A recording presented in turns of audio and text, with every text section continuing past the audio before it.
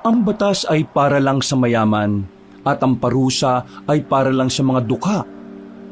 Pinagpalang araw sa lahat ng mga kabangers at sa ating mga kayanggaw. Itong kwentong ito ay karanasan ko nung ako ay binata pa. 18 anyos ako nung ako ay makulong dahil sa isang kasalanan na hindi ko namang ginawa. At dahil sa pagkakakulong ko, nawala ang lahat sa akin. Pangarap, pamilya, at mga kaibigan. Sa loob ng malaimpyernong kulungan ay tinakasan na ako ng pangarap na kalayaan. Pero dahil sa isang misyon na ibinigay sa akin ng nakatataas, muli kong nakamit ang kalayaan. Ang kalayaan na magkukulong sa akin sa mapanganib na kapalaran. Kilalanin niyo na lamang po ako sa pangalang Carlos. Kabanong, mga kabangers at mga kayanggaw, ito ang aking kwento.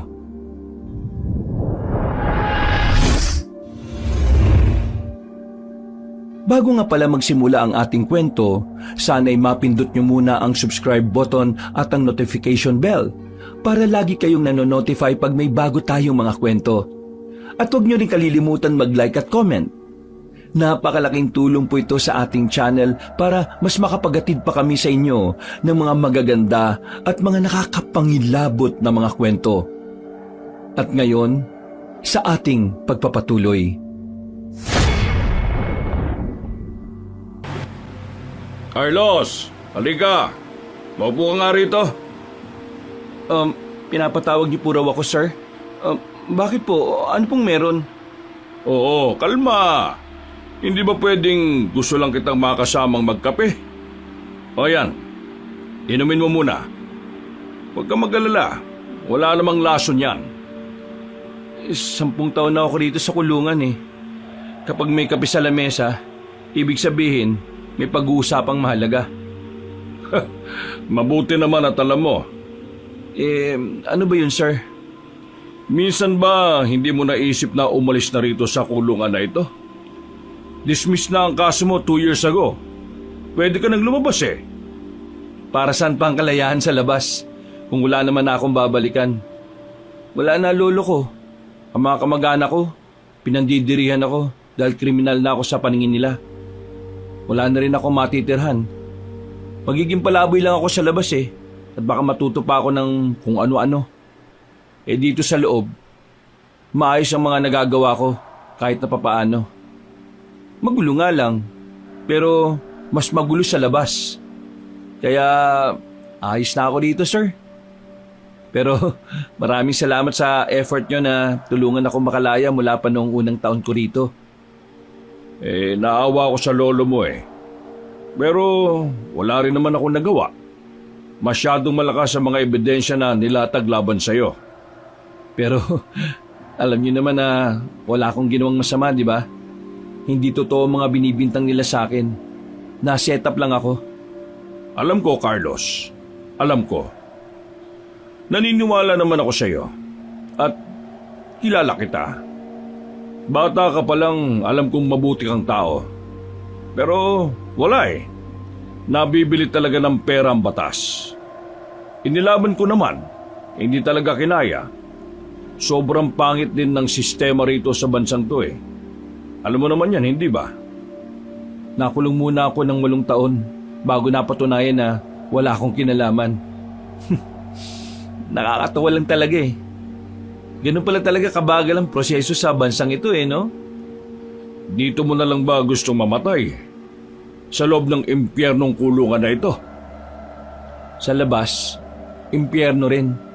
Walang pinagkaiba dito sa loob. Kaya salamat na lang kung aalokin niyo ako ulit ng kalayaan. Yung lolo mo, bago siya namatay, hindi ba manunugis siya? Ho? Paano niyo po nalaman? Nang ano rin siya sa ilog, nag-background check ako sa kanya para madali ko siyang mahanap. Doon ko nalaman. Ano naman ngayon kung dati siyang manunugis? Naturuan ka naman siguro niya, hindi ba? Ano po bang gusto niyong tumbukin, sir? Wala ka pa rin bang ideya? Alam niyo ba kung anong ibig sabihin ng manunugis? Pumapatay sila ng mga aswang. Mismo. That's my point. Aswang. Ay, teka ho. Naguguluhan ho ako eh. Saan ba papunta tong usapan na to, sir? At saka, ikaw, interesado kayo sa aswang? Kailan pa? Carlos, kailangan kita. May ipapagawa ko sa'yo. Malaking pera ang kikitain mo rito. Seryoso ba kayo? Mukha ba akong nagbibiro? Diretsuin nyo na ako. Okay. Sige, ganito. Merong isang probinsya na ginugulo ng mga aswang. Marami nang nabibiktima ron ng mga hayop na yon. Walang makapuksa sa kanila. Kaya naman naisip kita, Carlos. Alam ko na meron kang alam dahil nasabi sa akin ng lolo mo na naturuan kanya noong malaya ka pa. Tingin ko, ikaw lang ang makakapuksa sa kanila. Teka, sandali lang ho. Ako talaga? Ako makakatalo sa kanila at hindi ang mga alagad ng batas na kagaya ninyo?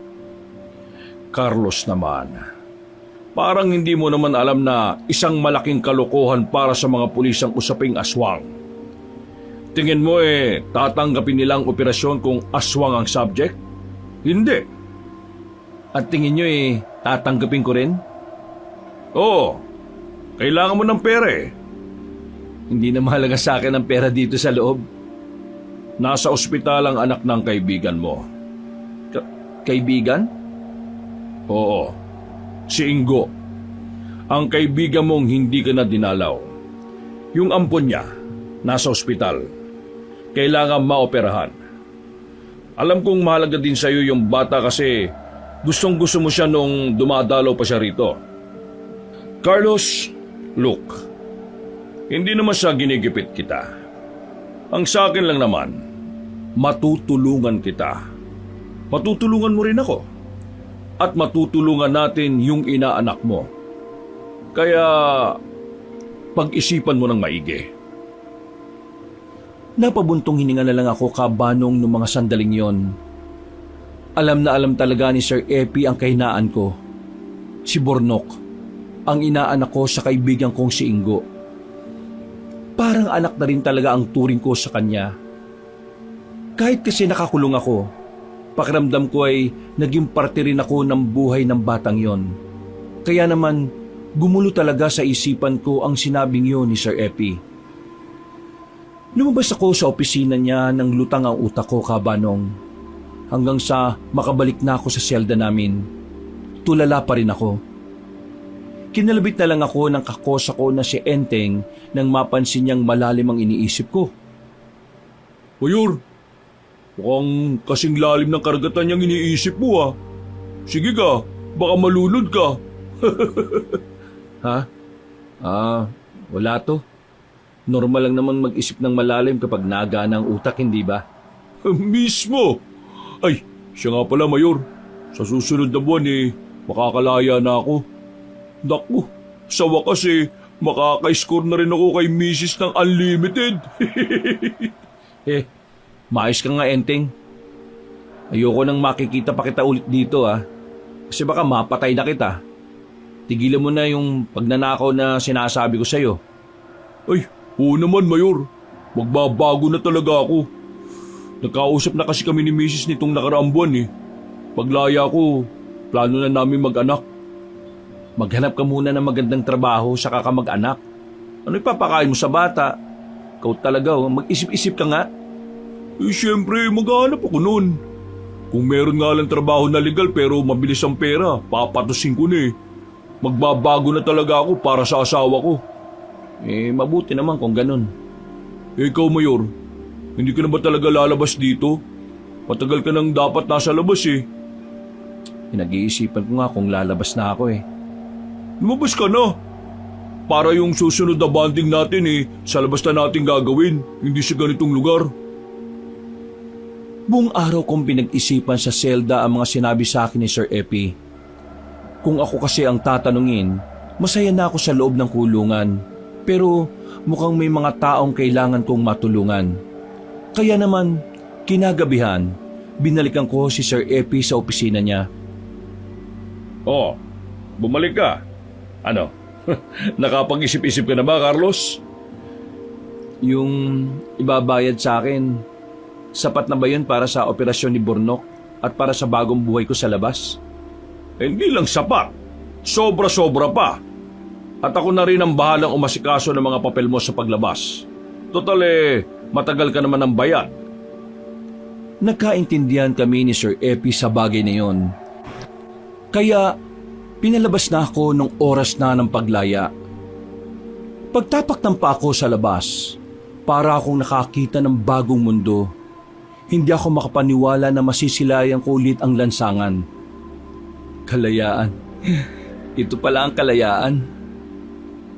Kalayaan na hindi mo na pinangarap noon. Pero ngayon, gamitin mo ang kalayaan na meron ka para sa kabutihan. Sir Epi, bakit mo tinanggap ang offer na ito? Nakikita ko sa mga mata mo na bukod sa pere, interesado ka talaga sa mga aswang. Anong nangyari? Matagal naman na akong naniniwala sa aswang, Carlos. Hindi mo lang talaga nahahalata kasi hindi naman natin kailanman napag-usapan yon. Pero ang lolo mo, alam na alam niya ang tungkol sa pananaw ko sa mga aswang. Kung ano man yung pinanggagalingan nyo, siguraduhin nyo lang na may papagamot ko si Burnok ha. Yun ang pinakamahalaga para sa akin ngayon. Huwag kang mag-alala. Mamaya kapag natawagan ko na ang client, isisend ka agad sa akin ang pera. Magpapautos ako sa tao para bayaran agad ang operasyon ng bata. Pagkatapos nun, simula na tayo ng trabaho. Tumangon na lang ako, Kabanong. Nang may duman ng jeep, ay agad na rin akong pumara. Hindi ko alam kung saan ako uuwi ng mga sandaling yon. Kaya dumiretso na lang muna ako sa isang hotel gamit ang perang ibinigay sa akin ni Sir Epi. Pagkatapos noon, nagpunta ako agad sa ospital kung saan naroon ang inaanak kong si Burnok. Pagdating ko, inabutan ko si Ingo na kalalabas lang din ng kwarto. Nagulat pa siya nang makita niya ako. Nanlaki ang kanyang mga mata. Parang hindi makapaniwala na nasa harapan na niya ang isang taong matagal na namalagi sa kulungan. Carlos? Bakit ganyan ang reaksyon mo? Hindi ka ba masaya na narito ako? Malamang masaya. Pero nakalaya ka na ba talaga? Ano bang iniisip mo? Tumakas ako? Buti naman nakalabas ka na rin, pre. Yung bata, yung inaanak ko, kumusta? Nalaman ko yung nangyari sa kanya Yun nga may problema sa bituka yung inaanak mo. Kailangang operahan para maagapan at hindi maging cancer. Kaso, saan ako kukuha ng pera na pampa-opera sa kanya? Hindi naman kalaki ang kinikita ko sa construction. Magiging maayos din ang kalagayan niya. Magtiwala ka lang. Sana nga pare. Sana nga. Bakit ba hindi mo na ako dinalaw?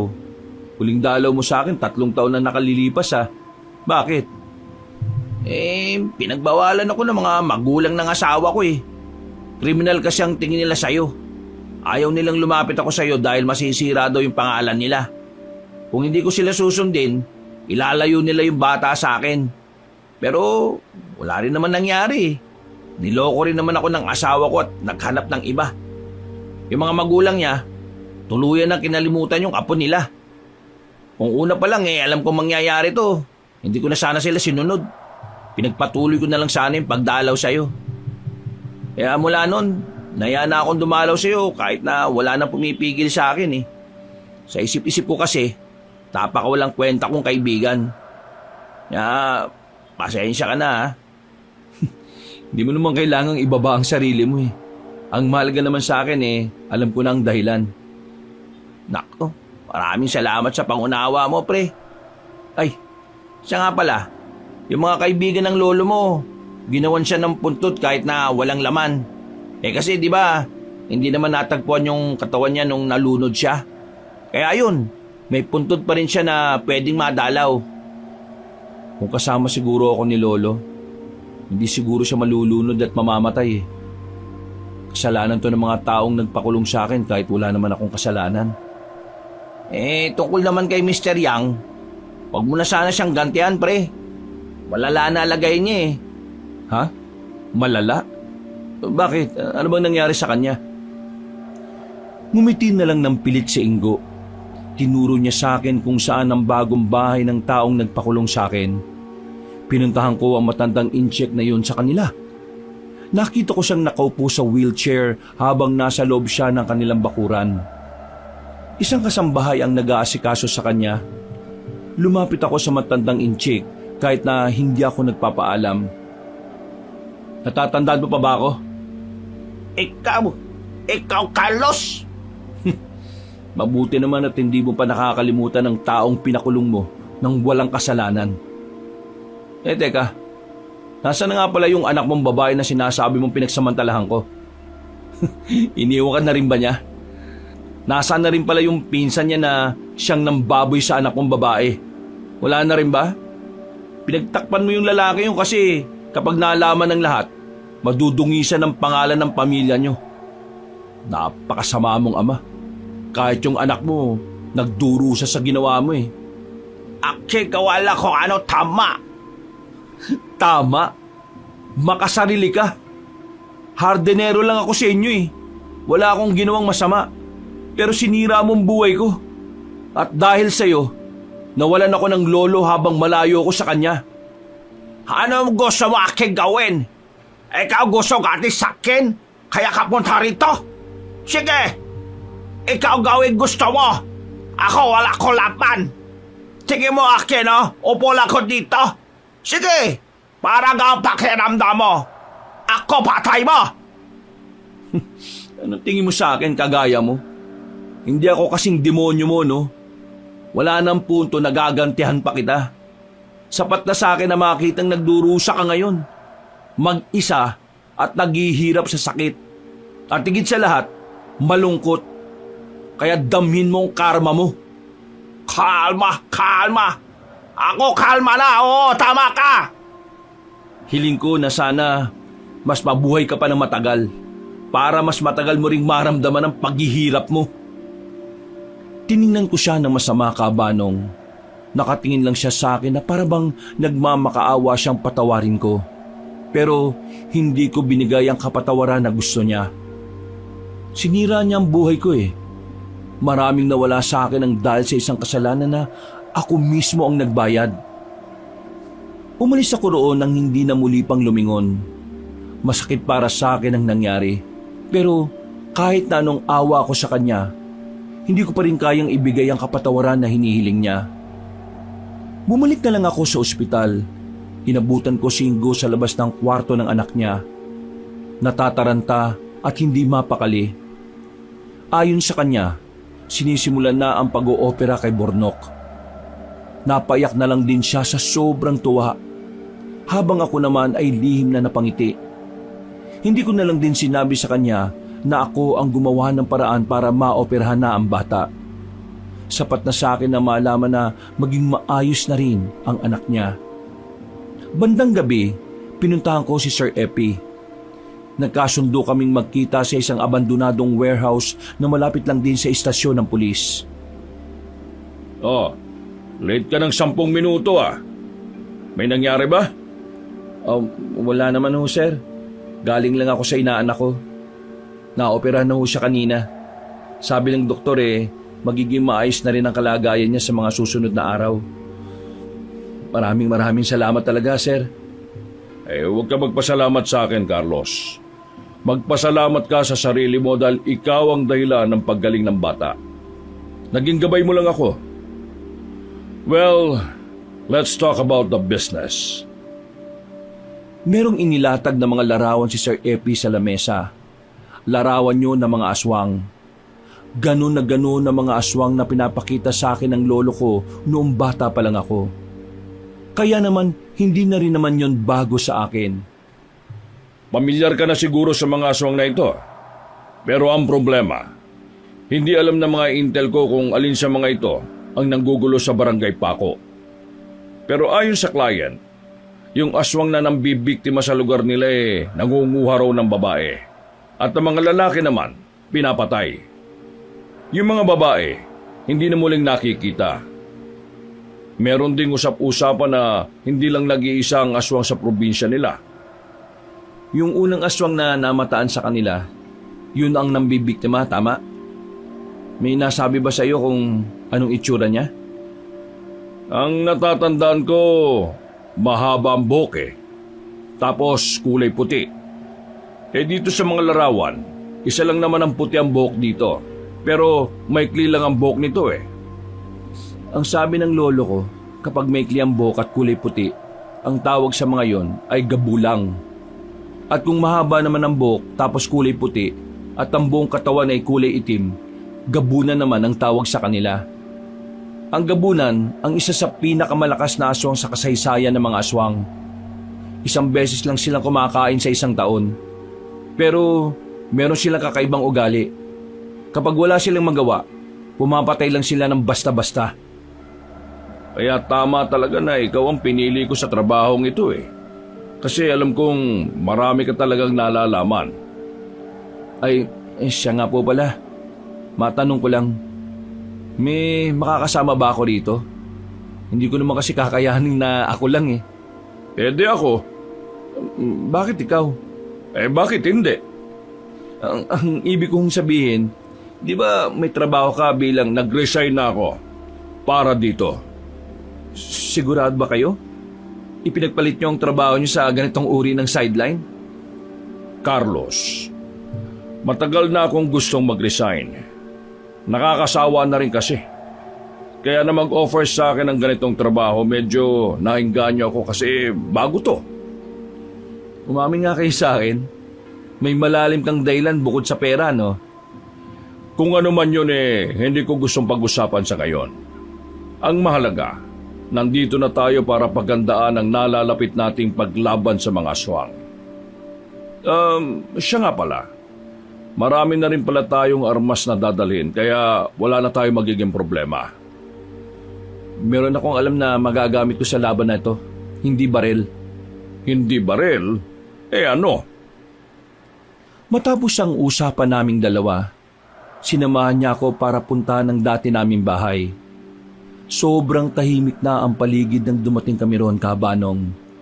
Abandonado na ang bahay namin ng lolo ko, na parang dati lang ay punong-puno ng kaligayahan. So, ito pala ang dati niyong bahay. Malaki rin pala ah. Oo, pinaghirapan namin ng lolo ko ang bahay na yan. Galing yan sa dugot pawis namin. Pero wala nung makulong ako, nawalan na ng pag-asa ang lolo ko hanggang sa magkasakit siya dahil sa lungkot. Hindi na siya nakadalaw.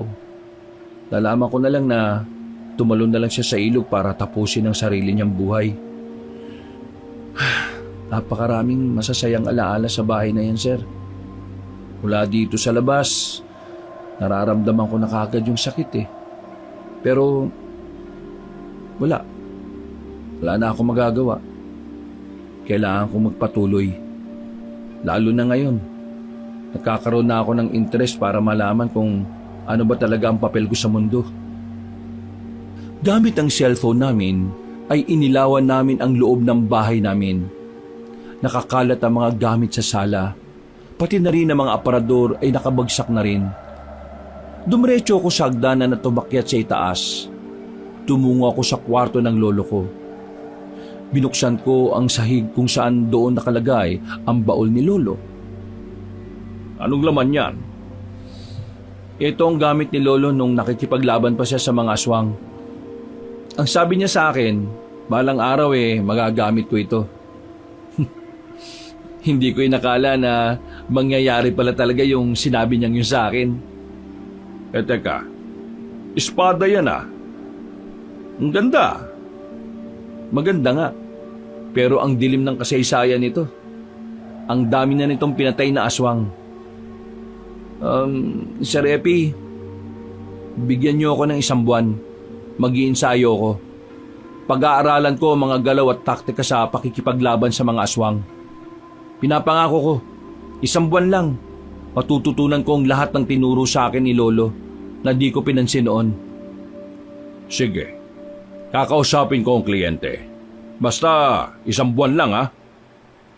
Lumabas na rin kami sa bahay namin pagkatapos kong makuha ang gamit ni Lolo. Bago kami umalis, Isang mapait na ngiti ang ginawa ko habang pinagmamasdan ng bahay. Noong mga sandaling yun, muli kong naramdaman ang pangungulila. Ang pakiramdam ng panghihinayang sa mga araw na dapat nailaan sa kasiyahan at hindi sa kapighatian. Kinabukasan din, dala-dala ang gamit ni Lolo, sinimulan ko na rin ang pag-iensayo. Hindi ganun kadaling matutunan ang mga nakasulat sa libro ng karunungan. Kung alam ko lang na magagamit ko yon balang araw, nakinig na sana ako sa mga turo ni Lolo noon. Lumipas pa ang mga araw hanggang sa sumapit na nga ang 31 araw. Tinapos ko na rin ang pagsasanay. Kampante at may kumpiyansa akong alam ko na ang mga dapat kong malaman. Lo, alam kong nakikita mo ako ngayon. Sana maging proud ka sa gagawin ko. Itutuloy ko yung hindi mo naituloy. Maya-maya'y may narinig akong kaluskos sa paligid. Sinuyod ko ng tingin ng paligid nang maramdaman ko yun. Hinawakan ko kagad ng mahigpit ang espada. Inihanda ko ng sarili ko. Sandali akong nakiramdam. Nang walang lumalabas ay nagsalita na ako. Sino nandyan? Magpakita ka! Pre, ako lang to. Ingo, kanina ka pa ba dyan? Ang totoo niyan, nung nakaraan pa kita nakikita rito nagsasanay eh. Alam mo? Pre, itutuloy mo ba talaga yung pagiging manunugis ng lolo mo? Napabuntong hininga na lang ako, Kabanong. Wala na akong palusot kaya inamin ko na lang din sa kanya ang tungkol sa ginagawa ko. Lumapit ako sa kanya at sandali siyang tinapik sa balikat. Naupo kami sa malaking bato. Napangiti. Napatingin sa malayo. O pre, itutuloy ko na yung nasimulan ni Lolo. Tingin ko, ito na ang pinakamagandang gawin ko matapos makulong sa impyerno ng 1 dekada. Bago mawala si Mang Adoy nung gabing yon, dinaanan niya ako sa bahay eh. Meron siyang ibinigay sa akin na kwintas. Sinabi niya na kapag nagkaroon ako ng pagkakataon na makaharap ka, ibigay ko daw yun sa'yo. Nakakalimutan ko lang nung una tayo nagkita. Ha? Kwintas? Eto pre oh, tanggapin mo. Inabot sa akin ni Ingo ang isang kwintas na itim ang tali. Merong pendant na bilog na kulay pilak. Wala man lang kahit na anong disenyo. Wala naman din akong naramdaman na kahit na ano nang hawakan ko yun. Hindi ko alam kung anong meron dyan eh. Pero ang sabi niya, sobrang mahalaga yan, kaya dapat makarating yan sa'yo. Hindi ko rin alam kung ano to eh. Pero dahil galing ito kay Lolo, sige, iingatan ko ito. Pre, gusto kitang samahan eh. Alam mong delikado na kalabanin ng mga aswang. Kaya wag na. Mas magiging masaya ako kung aalagaan mong inaanak ko. Gusto ko kasi bumawi sa ginawa mo eh. Bumawi saan? Alam ko na ikaw ang dahilan kung bakit na-operahan ang anak ko. At ngayon eh, nasa maayos na kalagayan na siya. Nakausap ko si Mang Epi. Nakita kami kanina. Kinamusta niya kasi si Bornok eh. Nasabi niya sa akin ang totoo. Carlos, gusto kong sumama. Gusto kong sumama hindi para bumawi lang sa nagawa mo. Gusto kong sumama para din maramdaman kong meron akong nagawa para sa anak ko. Paano si Bornok? Papadala ko siya kina mama sa Maynila. Doon na siya mag-aaral eh. Di sige. Ikaw ang bahala. Pre, bakit hindi ka nagdalawang isip na ilagay ang sarili mo sa panganib para lang mailigtas si Bornok? Pre, iniwan na ako ng lahat. Kayo mag-ama na lang ang meron ako. Tsaka, alam ko ang pakiramdam ng nawawalan. Ayaw ko mangyari yun sa'yo. Maraming salamat talaga pre ah. Di bale, makakabawi rin ako sa iyo balang araw. Alam mo, makita ko lang na malusog at ligtas ang inaanak ko. Okay na ako. Tinapi ko na lang din siya ulit sa balikat at saka nauna na rin akong naglakad, Kabanong. Isinama ko na siya kay Sir Epi para ipagpaalam. Pumayag naman siya.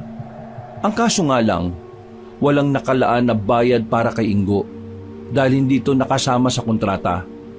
Pero hindi yun naging problema sa kaibigan ko.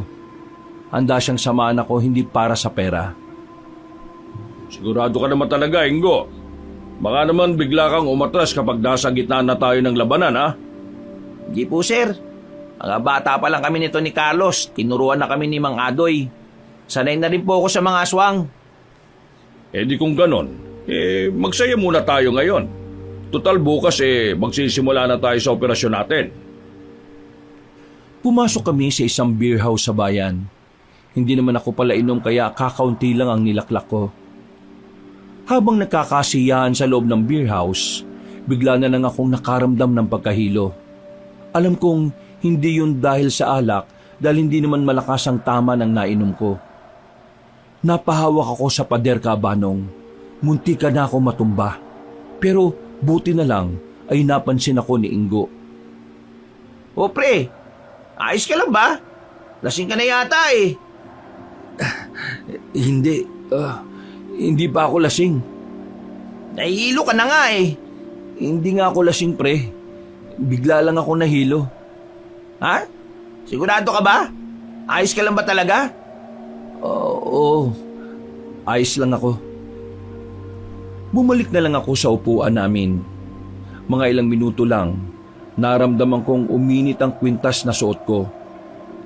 Sa pagkakataong yon, alam ko na kung ano ang nangyayari at alam ko na rin kung ano ang kwintas na yon. Nagmamadali akong lumabas ng beer house. Parang may tinuturo kasi ang kwintas sa akin. Hinahatak niya ako. Lakad lang ako ng lakad hanggang sa makalayo na ako sa beer house. Nang nasa madilim na iskinita na ako, natigil ako sa paglalakad nang madatnan ko ang isang lalaki na nakatayo sa gilid ng poste ng ilaw. Napatingin din siya sa akin. Sandali kaming nagkatitigan. Sa hindi malaman na dahilan, nakaramdam ako ng panganib sa lalaking yon. Sino ka? Hindi sumagot ang lalaki. Kinutuban na ako nang tingnan niya ako ng masama. Dinampot ko ang 2x2 sa gilid. Hindi ko rin alam kung bakit ko yung ginawa. Basta, naramdaman ko na lang na mapanganib ang nasa harapan ko. Nang ihataw ko yun sa kanya, ay bigla siyang tumalon papunta sa kaliwang banda. Isa kang aswang! Meron palang aswang dito, ah! Hindi ko dala ang espada ko nung oras na yon, Kabanong. Kaya nakasalalay ang labang ko noon sa hawak-hawak kong 2x2. Muli akong lumusob sa kanya. Pero agad namang siyang nakailag. Mabilis din siya, pero dahil sa suot kong kwintas, parang nababasa ko na ang mga susunod niyang gagawin. Kaya nang magpunta naman siya sa kanan, hindi na ako nagdalawang isip na hambalusin siya ng hawak ko. Tinamaan siya sa muka, dahilan para makaramdam siya ng pagkahilo. Pinagpapapalo ko siya ng ilang beses hanggang sa hindi na siya makabangon. Nilapitan ko siya hanggang sa mapadikit na siya sa pader. Sabihin mo sa akin, bukod sa'yo, meron pa bang ibang aswang sa probinsyang to? Ha? Magsalita ka! Tumawa lang ang aswang sa akin. Nagulat na lang ako sa ginawa niya. Pinahaba niya ang kuko niya at saka itinaharak sa sariling leeg. Mas pinili niyang mamatay kaysa mapatay ko siya. Mas pinili niyang mamatay kaysa makapagsabi siya ng impormasyon. Oh, ano nangyari? Siya yung dinali mo, pre. Tingin ko, kumakalat na ang mga aswang sa iba't ibang probinsya. Aswang yan? Paano mo nalaman na aswang ang lalaking yan? Dahil dito, hinawakan ko ang pendant ng kwintas. Hanggang sa mga sandaling yon, nararamdaman ko pa rin ang kakaibang enerhiya na bumabalot doon. Dahil sa nangyari, mas lalo kong naintindihan na talagang inihanda ko ng lolo ko sa mga ganoong sitwasyon. Bagay na mas nagtulak sa akin para ituloy ang kanyang nasimulan. Hindi na namin natapos ang kasiyahan. Nagpasya na lang kaming umuwi na muna sa kanya-kanya naming tirahan. Papasok na sana ako sa hotel na tinitirhan ko nang makita ko si Enteng sa tapat. Nakaupo sa gutter at umiiyak. Dala-dala niya pa ang mga gamit na matagal niyang napakinabangan sa loob ng kulungan. Enteng? Nakalaya ka na pala, tukmul ka? Mayor! Mayor! Mayor! Bigla na lang niya akong niyakap habang umiiyak. Para siyang batang nagmamaktol dahil hindi na pagbigyan sa gusto. Nang mapakalma ko na siya, ay saka niya sinimulan ang kwento niya. Ayon sa kanya, may iba na palang asawa ang asawa niya. Matagal na pala siyang niloloko. Nakita daw niya mismo na may ibang nakapatong na lalaki sa pinakamamahal niyang babae. Bakit ganun? Bakit may taong ang dali-dali para sa kanila na itapon ng maraming taon na relasyon? Bakit ang dali nilang makahanap ng bago? Dahil ba wala na akong pakinabang sa kanya? Bakit? Hayaan mo na yon. Ang mga ganong tao, hindi mo na dapat pagsayangan pa ng oras mo. Mga basura mga kagaya ng asawa mo. Anong gagawin ko ngayon, Mayor? Siya ang dahilan kung bakit gusto ko magbago eh. Ngayon, wala na akong dahilan. Di gawin mong dahilan ng sarili mo. Magbago ka para sa sarili mo at hindi para sa ibang tao. Pero hindi yung ganun kadali eh. Pero kailangan mong gawin. Malulugmok ka lang lalo kapag nagpalamon ka sa sitwasyon. Alam mo, may mga tao talagang dumadaan lang sa buhay natin para bigyan tayo ng aral eh. Kaya gamitin mo yung aral na yon para makabangon ka ulit.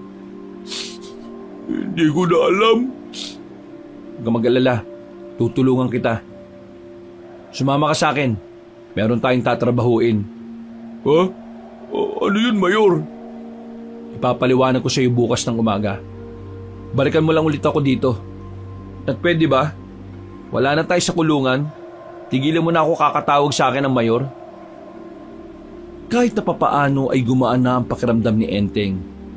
Binigyan ko siya ng pera para meron siyang matutuluyan na bahay. Pumasok na lang ako sa hotel at sinalampak ang sarili sa kama. Hinubad ko ang kwintas. Tiningnan ng mabuti habang namamangha. Isa ka pala talagang anting-anting ah. Magagamit kita sa gagawin ko.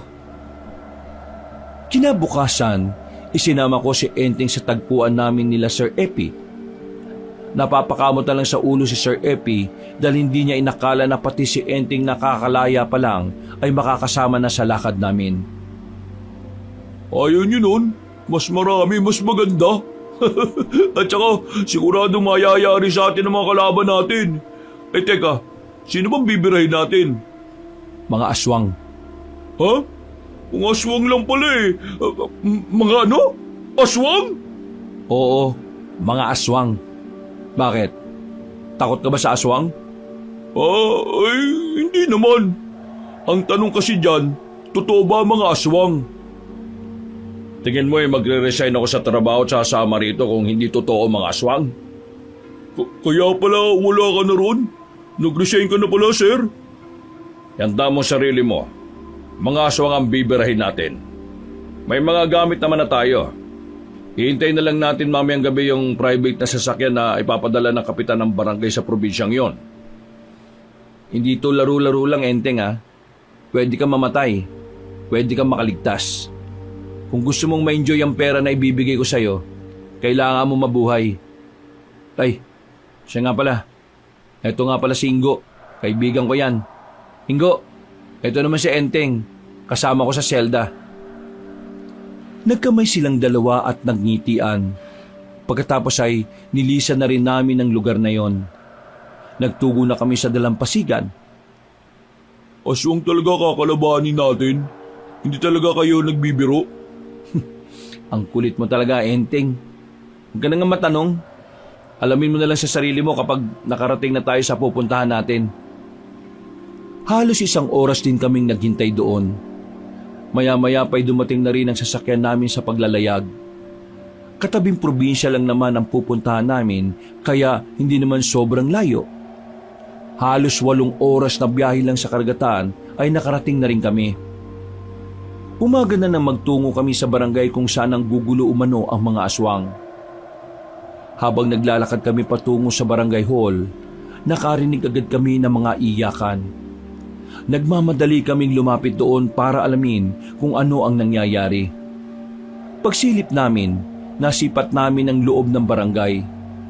Patay ang mga tanod na naroon. Pati na rin ang kapitan nilang nakausap ni Sir Epi. Ang pagkakarinig namin, inatake sila ng mga aswang. Nagtindigan na ang mga balahibo ko noon kabanong dahil sa ideyang talamak na talaga ang mga aswang sa barangay na yon. Si Enting naman na hindi naniniwala, bigla na lang namutla habang pinapakinggan ang mga kwento nung umagang yon. Ito yung bahay na sinasabi ni Kapitan Jose na tutuluyan natin habang nandito tayo. Sad to say, hindi na niya tayo mabibisita dito from time to time dahil wala na siya. Kung wala na yung barangay captain nila, ano na mangyayari sa mga tao rito?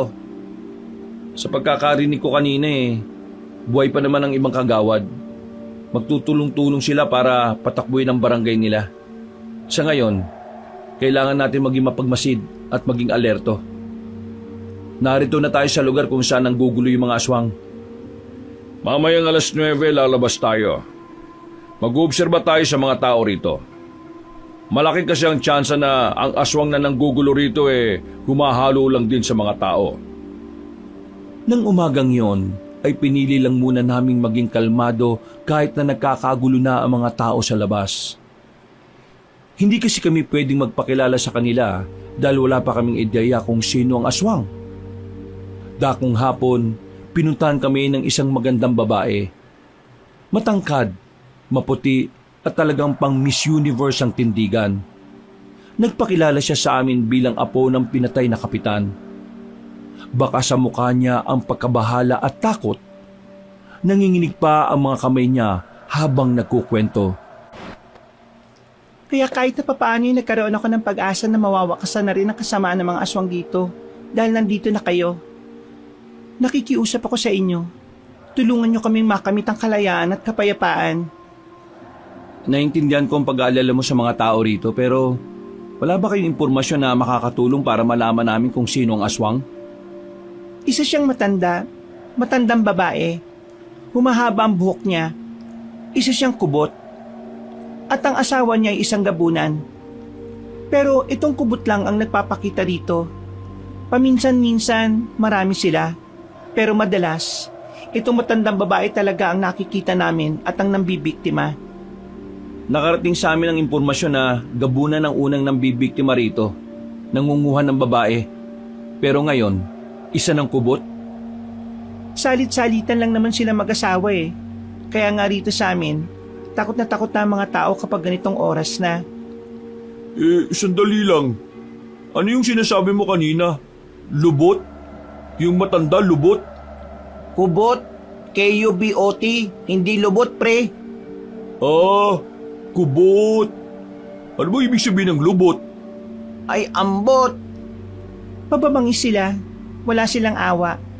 Papatay nila lahat ng gusto nilang patayin.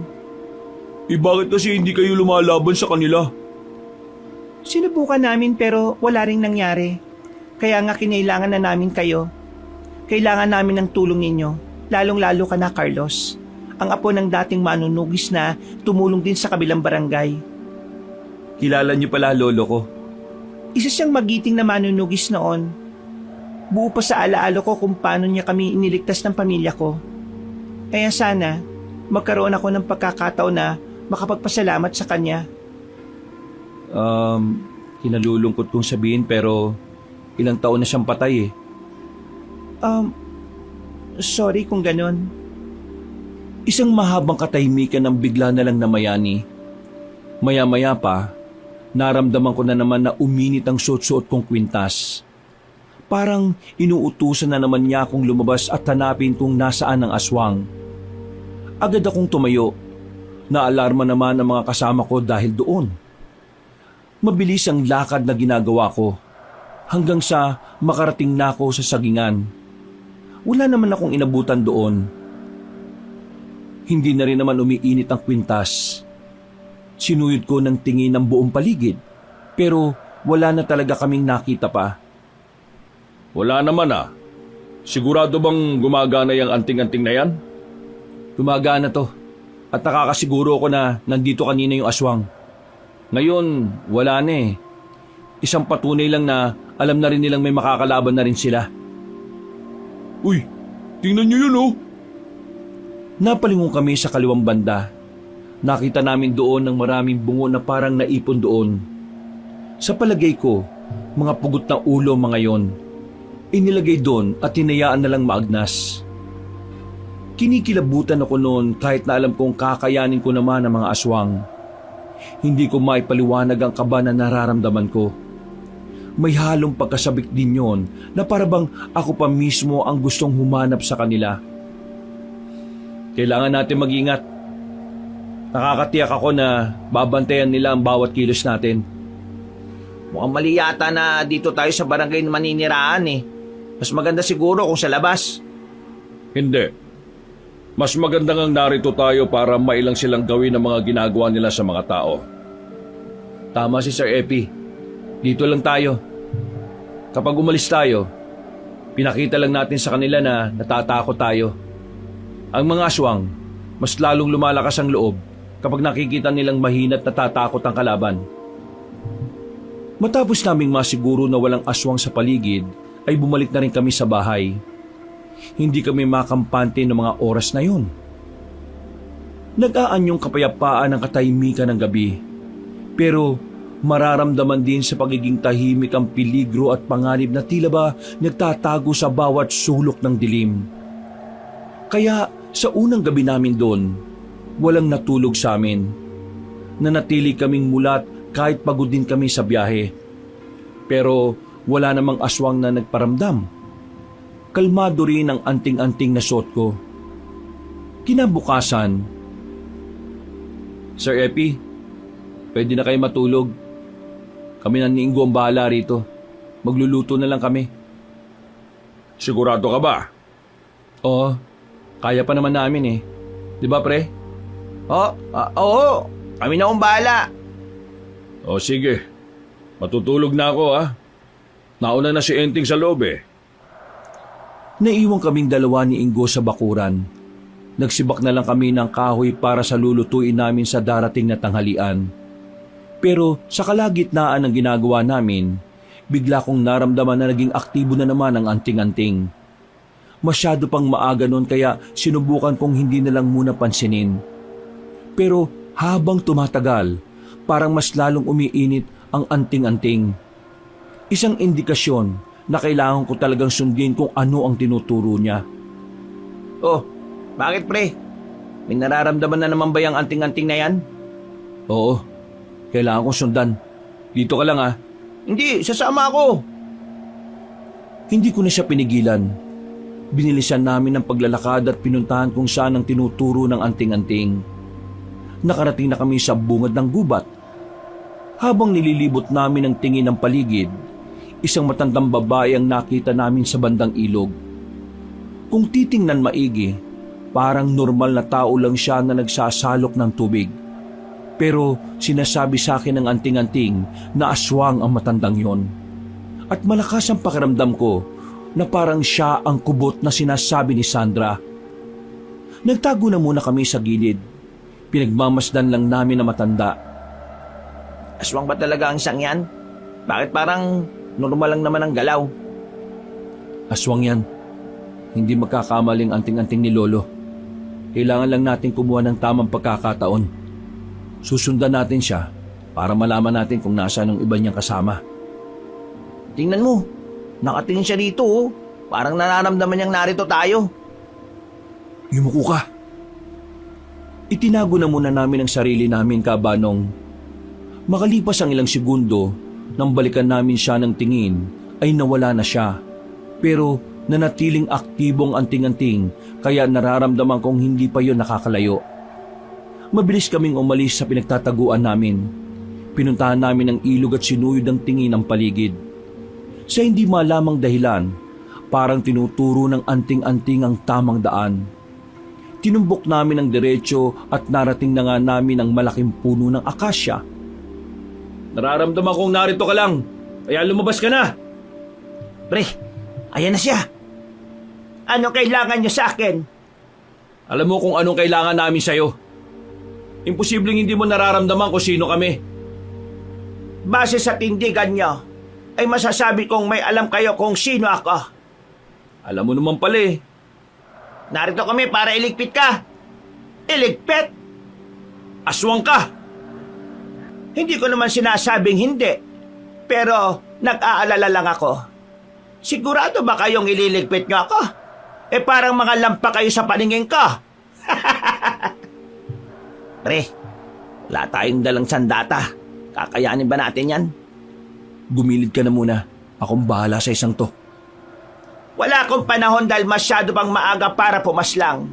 Pero huwag kayong mag-alala. Meron akong iiwang bisita sa inyo. Sumipol siya ng pagkalakas-lakas. Biglang may isang lalaking matangkad na lumabas mula sa gilid ng kawayanan. May kapayatan siya, pero ramdam ko ang pagiging mabangis ng lalaking yon. Nakangiti lamang sa amin na matanda na para bang iniinsulto kami. Minamalit niya kami pero hindi niya alam meron akong gamit na anting-anting. Bahala ka na sa dalawang yan ha, Iska. Lakpain mo hanggat gusto mo. Pagkain mo yan. Pagkatapos kausapin ng matandang babae ang lalaking yon, ay umalis na rin siya. Tumayo sa harapan ko ang aswang. Nakatingin ng direkta sa akin habang nanlilisik ang mga mata. Huminga ako ng malalim. Kung tutuusin, yun ang unang beses na mapapalaban ako. At kahit hindi ko aminin, kinakabahan pa rin ako dahil wala ang espada na daladala ko. Walang ano-ano, agad na tumakbo papalapit sa akin ang lalaking aswang. Dinakma niya ako, pero buti na lang ay agad naman akong nakailag. Nabigla ko sa bilis niya. Ang nasa isip ko kasi, ang mga aswang ay basta-basta lang umaatake. Pero kakaiba yon. Matalino, nakakapag-isip siya ng maayos kung ano ang mga gagawin niya. Unang 5 minuto ng labanan namin, wala pa rin akong nagagawa kundi ang ilaga ng mga atake niya. Ramdam na ramdam ko ang kalamangan niya, pero hindi ako nagpatinag. Kahit alam kong wala akong panama sa kanya kung palakasan lang ng katawan ng labanan, pinalagang ko pa rin siya. Nagulat na lang ako nang bigla siyang tumilapon dahil sa lakas ng suntok ko. Hinawakan ko kagad ang anting-anting na mapagtanto ko na yun ang dahilan kung bakit ako lumakas. Namamangha rin pati si Ingo. Pareho kaming hindi makapaniwala sa nagawa ko. Pre, kakaiba ka. Hindi ako nakasuntok ng ganito kalakas sa kulungan eh. Kaya nakakapanibago. Pero gusto ko to ha. Muling nakabangon ng aswang. Parang wala man lang nangyari sa kanya. Sa isip-isip ko noon ay baka kulang ang lakas ng pagkakasuntok ko. Kaya inihanda ko ulit ang sarili ko. Naramdaman ko na lang ang kakaibang enerhiya na parabang naiipon sa kamao ko. Nang muli siyang lumusob, nailagan ko ulit ang atake niya. Dahil sa anting-anting, nababasa ko na rin kung ano ang susunod niyang galaw. Nang makakuha ko ng tamang pagkakataon, agad ko siyang sinuntok ng malakas sa tagiliran. Narinig ko pa ang paglagutok ng buto niya. Hindi pa ako nakontento. Nilapitan ko siya ulit at sinipa ng malakas. Sa kanyang muling pagbangon, halatang halata ang matinding epekto ng pagkakabugbog ko sa kanya. Dugo na ang bibig niya. Laylay na ang kaliwang braso at nahihilo na rin. Nang makita kong tataka siya, hinabol ko siya at nahawakan sa damit. Hinila ko siya at buong puwersa ko na siyang sinuntok sa panga.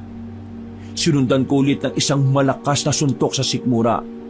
Dahilan para tuluyan na siyang matumba. Ilang segundo pa siyang naghihingalo, pero kalaunan ay tuluyan na ring nalagutan ng hininga. Lunas na ba talaga yung aswang na yan? Wala na to. Hindi na humihinga eh. Bumalik kami sa bahay para ipakita kay Sir Epi at Enteng ang bangkay ng aswang. Sa mga sandaling yon ay hindi mapakali si Enteng habang nakatingin sa wala ng buhay na aswang. Ang pagkapanalo ko sa laban ay hindi pa rin naging dahilan para mapanatag ang kalooban ko. Dahil pakiramdam ko, matapos ang pangyayaring yun, mas lalong magiging komplikado ang pananatili namin doon. Mas lalong magiging mahirap ang trabaho namin. Kung napaslang mo ito gamit lang ang kamao, hindi malabong kayanin mo pa ang ibang aswang. Naniniwala ako sa iyo, Carlos. Aswang pala talaga to, no? Nakita ko kanina kung paano bugbugin niya ni Carlos eh. Pero hindi tayo dapat makampante. Masyado pang maaga para magdiwang. Yung matandang babae na kausap namin kanina, palagay ko siya yung kubot. Huminga na lang ako ng malalim, Kabanong. Matapos naming sunugin ang bangkay ng aswang, ay agad na rin kaming umalis. Pag-uwi namin, nagsagawa na kami ng mga hakbang kung papaano tatapatan ng mga aswang. Inihanda na rin namin ang mga sandata at armas. Nang sumapit naman ng kinagabihan, lumabas kami ng bahay para mag-ikot-ikot. Nagtataka ang mga tao kung sino kami. May iba pa na natatakot at nagsipasukan na rin sa kanilang bahay. Sa halos kalahating oras sa paglilibot namin ay wala pa naman akong nararamdamang aswang sa paligid. Pero naging alerto pa rin kami. Saan nga pala rito nakatira yung Sandra? Enteng, nasa isang operasyon tayo ha. Hindi tayo makikipaglandian. Alam ko naman yung Mayor. Nahanap ko lang eh. Malay natin, siya na pala ulit yung magpapatibok ng puso ko. Mag-move on ka na muna sa asawa mo bago ka lumandi, no? Hoy, Enteng, magtinu-tinu ka na ha. Pasalamat ka na lang nakalaya ka na. Yung iba niyong kasama wala nang pag-asa. Napatigil ako sa paglalakad nang maramdaman kong uminit na naman ang anting-anting. Huminto rin sila sa paglalakad. Nagtataka, ang mga ngiti ay agad na naglaho. May nararamdaman ka na naman bang aswang? Oo, pero hindi ko alam kung bakit hindi maituro ng anting-anting. Kaya maganda na kayo, maging alerto. Dinukot na nilang tatlo ang mga armas nila. Sabay-sabay na nagkasa ng baril. Nakikiramdam lang kami sa paligid. Pero ilang minuto na ang nakalipas ay wala namang lumalabas na aswang. Naiinis na ako noon. Wala akong ideya kung bakit hindi maituro ng anting-anting kung nasaan ang aswang. Aktibo siya pero hanggang doon lang. Hanggang sa makarinig na lang kami ng mga sigaw. Pre, doon! Mabilis kaming tumakbo sa kabilang street. Nang makarating na kami roon, ay nakita naming may mga aswang na pilit pinapasok ang bahay. Wala na kaming sinayang na pagkakataon ng mga kasama ko. Agad nilang pinagbababaril ang mga yon. Dahilan para magpulasan sila. Habang ako naman, parang kusang gumagalaw na ang katawan ko. Sinundan ko ang mga aswang na nagpalipat-lipat sa ibang bahay. Gamit ang espada ni Lolo, agad kong tinaga ang isang aswang na naabutan ko. Nangisay-ngisay yun ang tamaan ko sa bandang tagiliran. Sinundan ko pa ang isang aswang hanggang sa makapasok na kami sa kagubatan. Madilim ang parting yon, pero hindi ko maintindihan kung bakit parang malinaw ang paligid para sa akin. Sa isip-isip ko, ay baka isa yon sa kakayahan ng anting-anting na suot ko. Nakaiwas ako sa pag-atake ng aswang, kaya naman nagkaroon ako ng tamang pagkakataon para itarak sa kanya ang espadang hawak ko. Sumuka agad siya ng dugo. Aalis na sana ako pero may naramdaman pa akong kakaibang presensya sa paligid. Hindi pa man siya nagpapakita sa akin, alam ko na agad kung sino yon. Ikaw ba ang pinuno nila? Ikaw ba ang manunugis na kakalaban sa amin? Tagasan kang nilalang ka? Tinatanong kita. At nagtatanong din ako. Mga salot kayo. Wala kayong awa sa mga inosenteng tao na pinapatay ninyo. Ang mga taong pinapatay namin ay kagaya lang din ng mga hayop na kinakain ng mga tao. Mga hayop na pinapatay para maging pagkain. Kaya anong pagkakaiba nun sa ginagawa namin?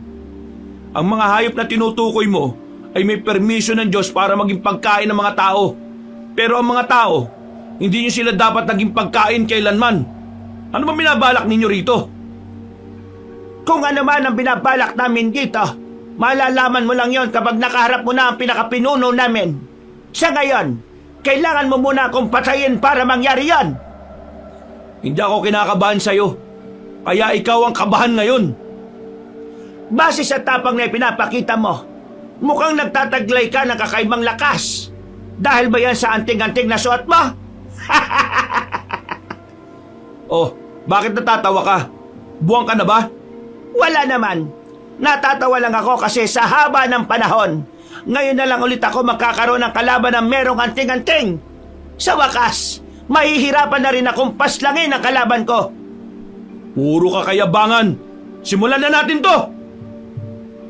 Nauna na akong lumapit sa kanya, pero nagulat ako nang biglang humaba ang buhok niya.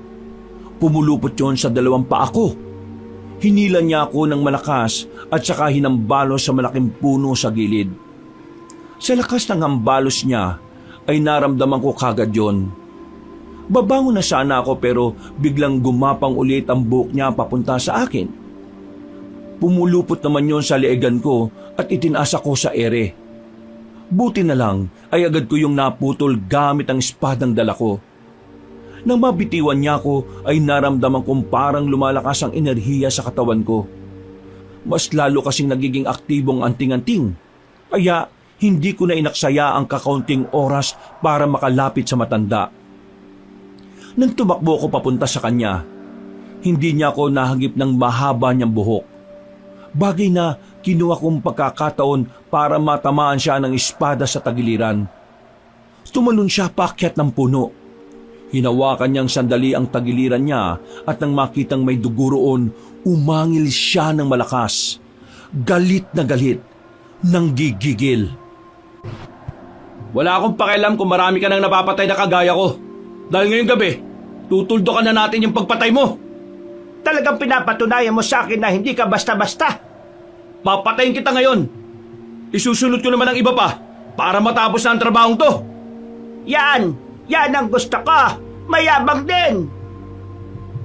Muli niyang pinagapang ang mahabang buhok niya papunta sa akin. At sa puntong ito, mas mabibilis na ang galaw. Medyo nahihirapan akong ilagan ang mga yon. Dahil na rin sabay-sabay silang lumalapit sa akin. Kapag pinuputol ko naman gamit ng espada ay may gagapang ulit na buhok. Parang tumutubo lang ulit ng tumutubo. Kaya ang naisip ko, kailangan ko talagang tapusin na matandang yon. Dahil kung hindi, baka ako ang matapos niya. Anong akala mo? Magagawa mo kong talunin? Isa ka lang baguhan sa ganitong larangan. Marami ka bang kakainin bigas? Huwag mo minamaliit ang mga baguhan. Dahil ang mga bago, mas malakas at mas matalino. Ang mga luma na gaya mo, purol na ang utak. Nagawa kong ilagan ng paglapit sa akin ng mga buhok. Sa hindi ko malaman na dahilan, kusa kong pinukulang espada sa direksyon ng matandang babae. Dahil hindi niya yun inaasahan, tinamaan siya sa kanang dibdib. Kusa ring humugot ang espada at saka bumalik sa kamay ko. Gulat na gulat siya sa nangyari. At kitang-kita ko na talagang naapektuhan siya ng ginawa ko. Anong problema, Manang? Natigilan ka yata. Hindi ako makapaniwala na may kagaya mong makakagawa nito sa akin. Hindi ka basta-basta. Hindi ka pangkaraniwan. Hindi ko kailangan ng mga ganyang salita. Ang kailangan ko, bumaba ka na rito para matapos na tong trabaho na to. Hindi ba tayo tapos? Babalikan kita, iho! Hoy! Bumalik ka rito! Wala na akong nagawa ng tuluyan na siyang tumalon-talon sa mga puno. Binalikan ko na lang ang mga kasamahan ko. Na sa mga sandaling yon ay pinagsasama-sama na ang 3 bangkay ng mga aswang. Makalipas lang ang ilang minuto, naglabasa ng mga tao sa mga kabahayan. Nalaman nilang kami ang pumaslang sa mga aswang na yon. Parang nabuhayan sila ng loob. Nagkaroon ng pag-asa. Nabawasan ang kanilang pangamba para sa kanilang mga buhay. Mga kasama, ang mga taong ito ay ang mga taong kinausap ng aking lolo para tulungan tayo. Sila ang pupuksa sa mga aswang. Nagbulong-bulungan ng mga tao. Tuwang-tuwa ang karamihan sa kanila. Ang pagkamatay ng 3 aswang para sa kanila ay isang malaking karangalan. Pero hindi ko pa rin magawang magdiwang noong mga sandaling yon. Nanghihinayang kasi ako sa matandang hindi ko pa rin napapatay. At nararamdaman ko na sa pagbabalik niya, mas malala ang mangyayari. Umuwi na lang muna kami sa bahay ng mga oras na yon, Kabanong. Tumambay kami sa bakuran habang umiinom ng kape. Habang nag-aabang kung babalik pa ba ang mga aswang, sinamantala namin ang pagkakataon para makapag-usap-usap tungkol sa mga bagay na walang kinalaman sa trabaho. Alam nyo, Carlos, Enteng, maniwala man kayo sa hindi, masaya akong nasa labas na kayo. Noon pa man gusto ko na kayo makalaya. Kasi nararamdaman ko na hindi naman talaga kayo totoong masama. Masama akong tao, Sir Epi. Nagnakaw ako at napatunayan yun. Ang tanong, anong dahilan kung bakit ka nagnakaw? Dahilan? Ang dahilan kailangan ko ng pera para may pampaaral ng kapatid ko. Gustong gusto ko kasi noon na magkabati na kami. Kaya naisip ko na kung magbibigay ako ng pera sa kanya para sa pag-aaral niya magkakasundo na kami. Ang kaso, hindi pala ganun ang mangyayari. Mas nagkaroon ako ng problema. Hindi ka masamang tao. Ginawa mo lang naman yun para sa kapatid mo Kung meron mang masama sa lipunan na to, yung mga taong mukhang disente pero mga magnanakaw naman. Mga taong edukado pero swapang sa pera. Ay nako, mga politiko nga naman. Sa totoo lang, wala na akong balak lumaya pa Parang gusto ko na lang tumira sa kulungan hanggang sa pagtanda at mamatay na ako. Akala ko kasi noon, wala akong madadatnan na pamilya. Pero, nandyan kayo. Napagtanto ko lang naman na pwede ko pala kayong ituring na pamilya. Bakit naman hindi, di ba? Ang totoo kung bakit mas pinili ko ang trabahong ito kaysa sa trabaho ko sa kulungan ay dahil meron akong malalim na dahilan. Mas malalim pa sa tuyong balon. Kung hindi ka pa handang sabihin sa amin, sir, naintindihan naman namin Pinatay ng mga aswang ang nanay ko sa probinsyang ito. Oh? Aswang ang pumatay? Yung pagkakarinig ko sa ibang warden, na-hold up ang nanay niyo, sir Yun ang pagkakaalam nila. Dahil yun ang sinabi namin sa iba. Kapag kasi sinabi naming aswang ang pumatay sa kanya, baka mas lalong mapag-usapan at pagtawanan. Mahalaga pa rin para sa akin ang paggalang sa namayapa kong ina.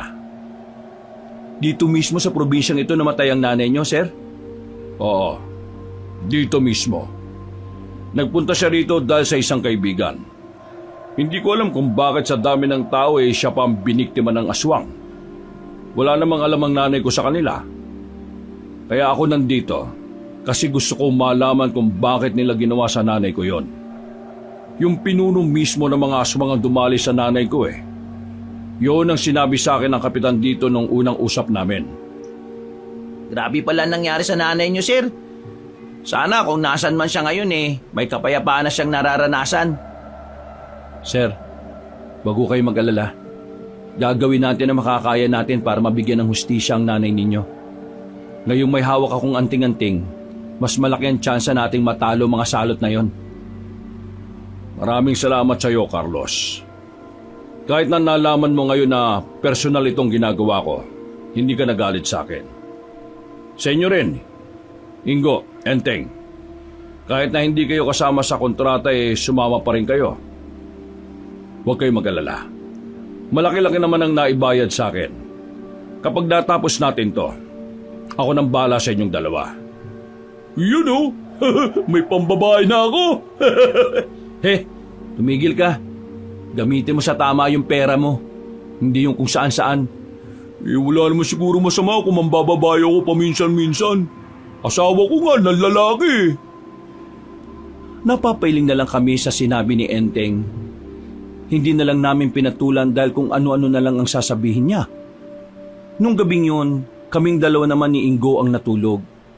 Si Sir Epi at Enteng ang nagpresentang magbabantay para makapagpahinga naman kami. Wala namang nagparamdam na aswang nung oras na yon. Kinaumagahan, nagtataka kami kung bakit ang daming tao sa harapan ng bahay namin. Hindi magkanda o gaga sila Sir Epi at Enteng sa pakikipag-usap sa kanila. Nagtataka naman ako, kaya agad akong lumapit sa kanilang dalawa. Ano nangyayari dito? Itong mga residente, gusto nilang turuan natin sila kung paano makipaglaban sa mga aswang. Posible ba yon, Carlos? Pre, baka pwede natin silang pagbigyan para alam din nila kung paano nila poprotektahan ang sarili nila. Pre, may punto si Enteng. O sige, makinig kayong lahat. Tutulungan namin kayo matuto para sa kaligtasan ninyo. Lahat ng leader sa kada pamilya ang isasalang namin sa pagsasanay. At pagkatapos, lahat na matuturuan namin siya namang magtuturo sa mga miyembro ng pamilya nila. Ayos ba yun sa inyo? Umarko agad ang ngiti sa kanilang mukha. Kitang-kita at ramdam na ramdam ko na talagang gusto nilang matuto. Kaya sa mismong araw din na yon, Kabanong, kahit na wala pa kaming almusal, ay dinala namin sila sa malawak na bakuran ng barangay. Doon ay sinimulan ko ang pagtuturo sa kanila. Natuwa naman ako dahil hindi sila mahirap turuan. Tunay nga na kapag gusto mong matuto, hindi mahirap matutunan. Lumipas ang maghapon, natapos na rin ang pagtuturo ko sa kanila. Karamihan sa kanila ay nakabisado na ang paggamit ng itak kontra sa mga aswang. Tuwang-tuwa ang karamihan sa kanila. Meron pa nga nagbigay ng isang buong manok bilang pasasalamat. Ang nakakatuwa sa lugar na to, talaga nagkakaisa sila para sa kapayapaan na gusto nila no? Kung ganyan lang siguro lahat ng Pilipino, baka matagal na tayong umunlad Ano palang balak natin gawin ngayon, pre? Nasugatan ko yung matandang babae. Siguradong ilang araw pa yun bago bumalik. Habang wala pang nagpaparamdam na aswang, itutuunan muna natin yung oras natin sa pagturo sa iba pa at sa paggawa ng mga armas na pwedeng maging pangontra sa mga aswang sakaling lumusob sila. Mas maganda siguro kung magsasama tayo ng mga residente sa pagronda natin sa gabi. Hindi natin alam na baka sa susunod na pupunta ang mga aswang dito mas marami na sila. Tungkol naman dyan, Sir Epi, kakausapin natin ng mga tao. Hindi naman pwedeng basta na lang natin sila isama dahil alam naman nating napakadelikado. Napalingon kaming lahat nang makitang paparating si Sandra, ang apo ng kapitan na napatay ng mga aswang. May daladala siyang kaldero na agad naman niyang ibinigay sa amin. Oh, ano to? Sinigang yan. Iniluto ko talaga yan para sa inyo. Nako, nag-abala ka pa. Pasasalamat ko yan sa inyo. Mula kasi nang dumating kayo rito, kitang-kita na parang tumaas ang moral ng mga kalugar ko. Malaki ang naitulong nyo sa barangay namin. Kung nabubuhay lang sana ang lolo, baka siya ang kauna-una ang tao na naging masaya dahil nandito kayo. Ginagawa lang naman namin kung anong tingin namin na makakabuti para sa lahat. At habang nandito kami, pinapangako namin na gagawin namin ang lahat para manatili kayong ligtas. Basta gagawin namin ang napag-usapan namin ng lolo mo. Maraming salamat talaga. Siya nga pala, sa susunod na linggo, kaarawan ko. Baka pwede ko kayong maimbitahan. Aba, pwede naman. Ngumiti ng malapad ang babaeng si Sandra. Aminadong tinamaan ako sa ngiti niya. Sa tagal ko kasi sa kulungan, yun ang unang beses na nakakita ako na ulit ng babaeng sobrang ganda ng ngiti. Kaya naman, hindi ko na napansin ang sarili kong napatulala na lang sa kanya. Hanggang sa makalis na ang babae, ay nakatingin pa rin ako na parang lumilipad ang isip. Hoy, baka pasukan ng langaw yung nakanganga ka pa. Naku, si Kosa Mayor, tinamaan. Ha? Ano? Type mo ba si Sandra, Carlos? Anong type? Nako sir, hindi na kailangan itanong yan. Kitang-kita naman sa mukha oh. Tingnan mo, parang wala sa sarili. Pinagtawanan na lang nila ako nung mga sandaling yon, Kabanong. Pagdating ng hapunan, pinagsaluhan na namin ng isang kalderong sinigang na baboy. Masarap ang luto ni Sandra. Masasabi kong pwede na talaga siyang makapag-asawa. Dahil doon, mas lalo kong nahumaling sa kanya. Pero pilit kong inaalis sa isipan ko yon. Kailangan kong ituon ang atensyon ko sa trabaho na pinunta namin doon. Lumipas ang ilang araw, dumating na rin ang kaarawan ni Sandra. Pinaghandaan ko ang gabing yon. Dahil parabang bigla na lang akong nagkaroon ng hiya sa kung ano man ang magiging tingin niya sa akin sa oras na makita niya ako. O Carlos, ang gwapo mo sa suot mo ngayon ah. Talagang handang-handa ka nang humarap kay Sandra ah. Huwag nga kayo manukso dyan. Pupunta ako sa birthday niya kasi inaasahan niyang kompleto tayo ron. Pre, bakit ba pinipigilan mo pa yung sarili mo? Kung gusto mo talaga. Oo nga naman. Dapat ligawan mo na. Nagpapaubaya na nga ako eh. Nasa kalagitnaan tayo ng misyon na binigay sa atin. Ayoko madamay si Sandra. Baka magamit pa siya laban sa atin eh. Tama ang sinasabi ni Carlos. Sa mga ganitong trabaho, magiging kahinaan ng isang tao ang pagmamahal. Masakit mang isipin pero sa mga oras na delikado ang buhay ng isang tao, ang pag-ibig mismo ang papatay sa kanya minsan. Kung sa bagay, kaya nga yung mga assassin sa mga palabas, walang pamilya eh. Nang matanaw na namin ang bahay nila Sandra ay nakaramdam na ako ng kaba. Mas kinakabahan pa ako roon kaysa nung makaharap ko ang matandang aswang. Paglapit namin, nakita agad ako ni Sandra. Sa akin siya nakatingin. Tinawag niya ako ng nakangiti. Napako ko sa kinatatayuan ko. Hindi pa ako matatauhan kung hindi ako hihilahin ni Enteng. Mabuti naman at nandito na kayo. Meron akong lamesa at upuan na inihanda sa inyo. Pasensya na kayo ah. Ang dami kong bisita kaya baka hindi ko rin kayo kagad maasikaso eh. Hindi. Ayos lang naman ako. Basta makita ka lang. Ha? Ang ibig ko sabihin, kapag nakikita ka naming masaya sa kaarawan mo masaya na rin kami. Sige, maraming salamat talaga. O siya, tara na't nang makaupo na kayo. Ikukuha ko lang kayo na makakain ha. O Sandra, may Shanghai ba kayo? Kung meron, pa-take out mamaya ah. Hoy, kapal talaga ng mukha ng isang to oh. Nako, ayos lang naman po. Marami pa po sa loob. Ipagbabalot na lang kita kagad. Ngumiti naman siya ng malapad. Tinamaan na naman ako nang magtama ang tingin namin. Napaupo na lang ako. Habang pinagmamasdan siyang papalayo, noong mga sandaling yon, para bang pansamantalang nawala sa isipan namin ang tungkol sa mga aswang. Masyado kaming nalilibang sa kung anuman ang kasiyahan na nangyayari doon. Dakong 10:00 na ng gabi, nagpaalam na rin kami kay Sandra. Masaya naman niya kaming inihatid sa labas. Habang naglalakad kami palayo, hindi mawala-wala sa mukha ko ang ngiti. Habang si Enteng naman ay tuwang-tuwa sa isang plastic ng Shanghai na naiuwi niya. Sigurado ba kayong ayos lang na iwan natin sila ron? 10:00 na eh. Napatigil ako sa tanong na yon ni Sir Epi na parabang bigla kong sinampal ng katotohanan. Agad na pumasok sa utak ko ay ang mga aswang. Bakit sir? May napapansin ka bang kakaiba kanina? Wala naman. Pero hindi maganda yung pakiramdam ko kanina habang naroon tayo eh. Maya-maya may biglang sumigaw na babae. Naalarma kami nang marinig yun na nanggagaling sa bahay nila Sandra. Napalingon kami kaagad. Napansin namin nagkakagulo na ang mga tao roon. Buti na lang ay hindi pa kami nakakalayo. At dahil daladala naman namin ang mga armas at sandata, hindi kami nagdalawang isip na balikan sila. Pagdating namin, meron kaming nakitang isang babae na sugatan. Ang unang pumasok sa isipan ko ay hanapin agad si Sandra. Hinugot ko kagad ang espada ko. Pinaalis namin ang mga naroroon.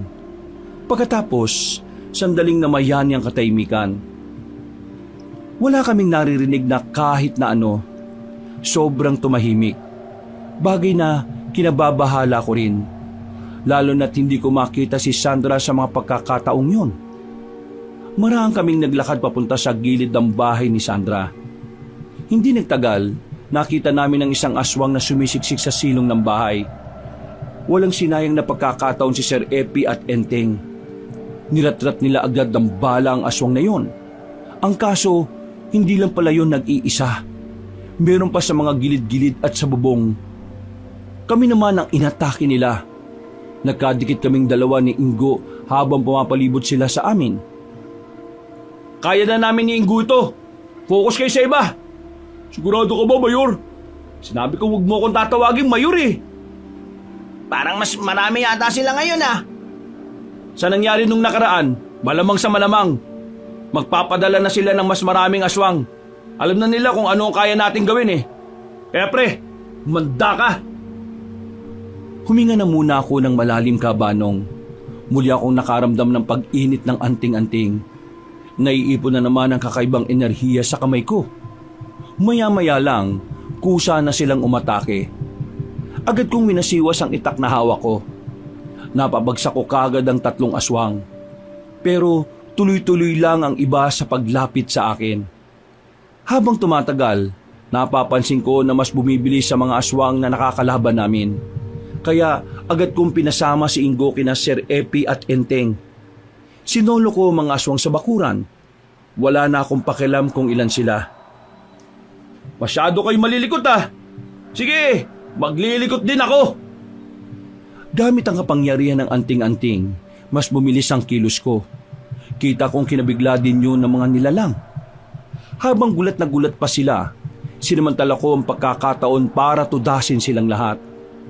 Bumuntong hininga na lang ako nang masiguro kong nauubos ko na ang mga aswang. Ha! Sadyang magaling ka talaga, lalaki ka. Mabuti naman at nagpakita ka na rin. Matatapos na rin kita. Ako? Matatapos mo? Kung kaya mo akong habulin! Biglang gumapang palayo ang matandang aswang. Paalis na sana ako nang biglang may humawak sa kamay ko. Pagtingin ko ay si Sandra pala yun. Punong-puno ng pangamba ang ekspresyon ng kanyang muka. Mag-iingat ka, Carlos! Mag-iingat ako. Sige. Sinundan ko ang matandang aswang hanggang sa makarating na kami sa kakahuyan.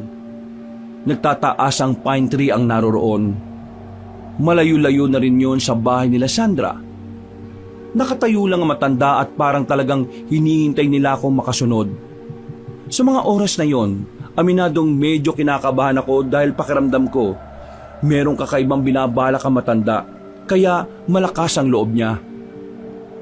Tunay ngang taglay mo ang katapangan dahil sumunod ka sa akin dito. Kahit saan ka magpunta, susundan kita para lang mapatay ka. Nung unang laban natin, naisip ko na totoong kagaya ka nga niya.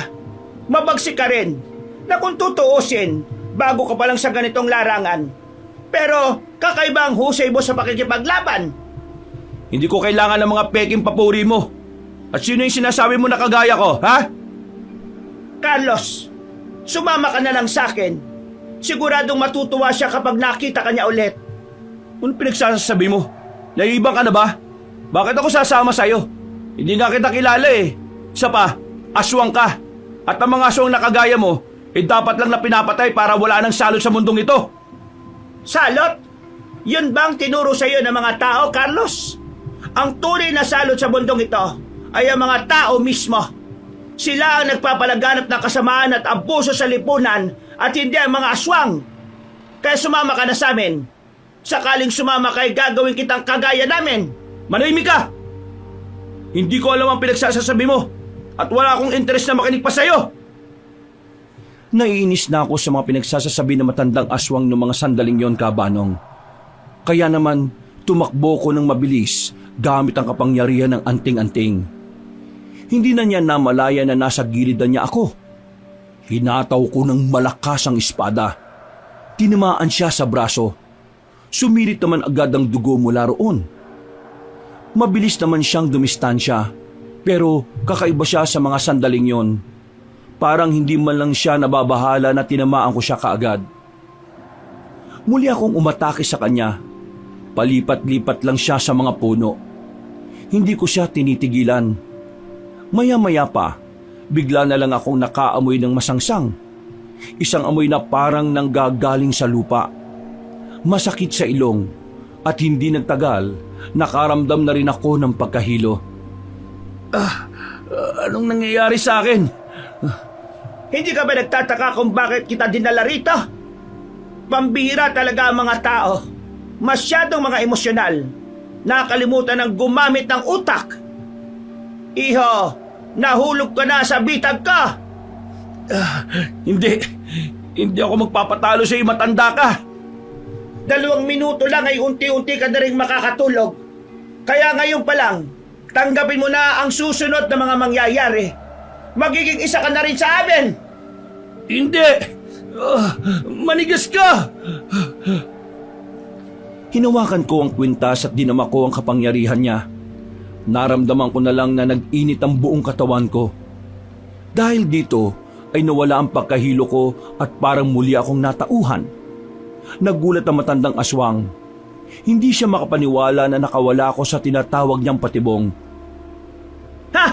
Paano ka nakawala sa? Oo, emosyonal ang mga tao.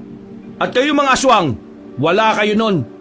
Kaya kahit na kailan, hindi nyo maintindihan kung anong pakiramdam ng merong pinoprotektahan. Mabilis akong tumakbo ulit patungo sa kanya. Sa sobrang bilis ko, ay hindi na niya ako namalayan. Tinara ko kaagad ang espada sa tiyan niya at agad na hinugot. Dumistansya siya ulit habang tinatakpan ng butas sa kanyang tiyan. Pagbabayarin kita sa ginawa niyo sa kapitan ng barangay na yon.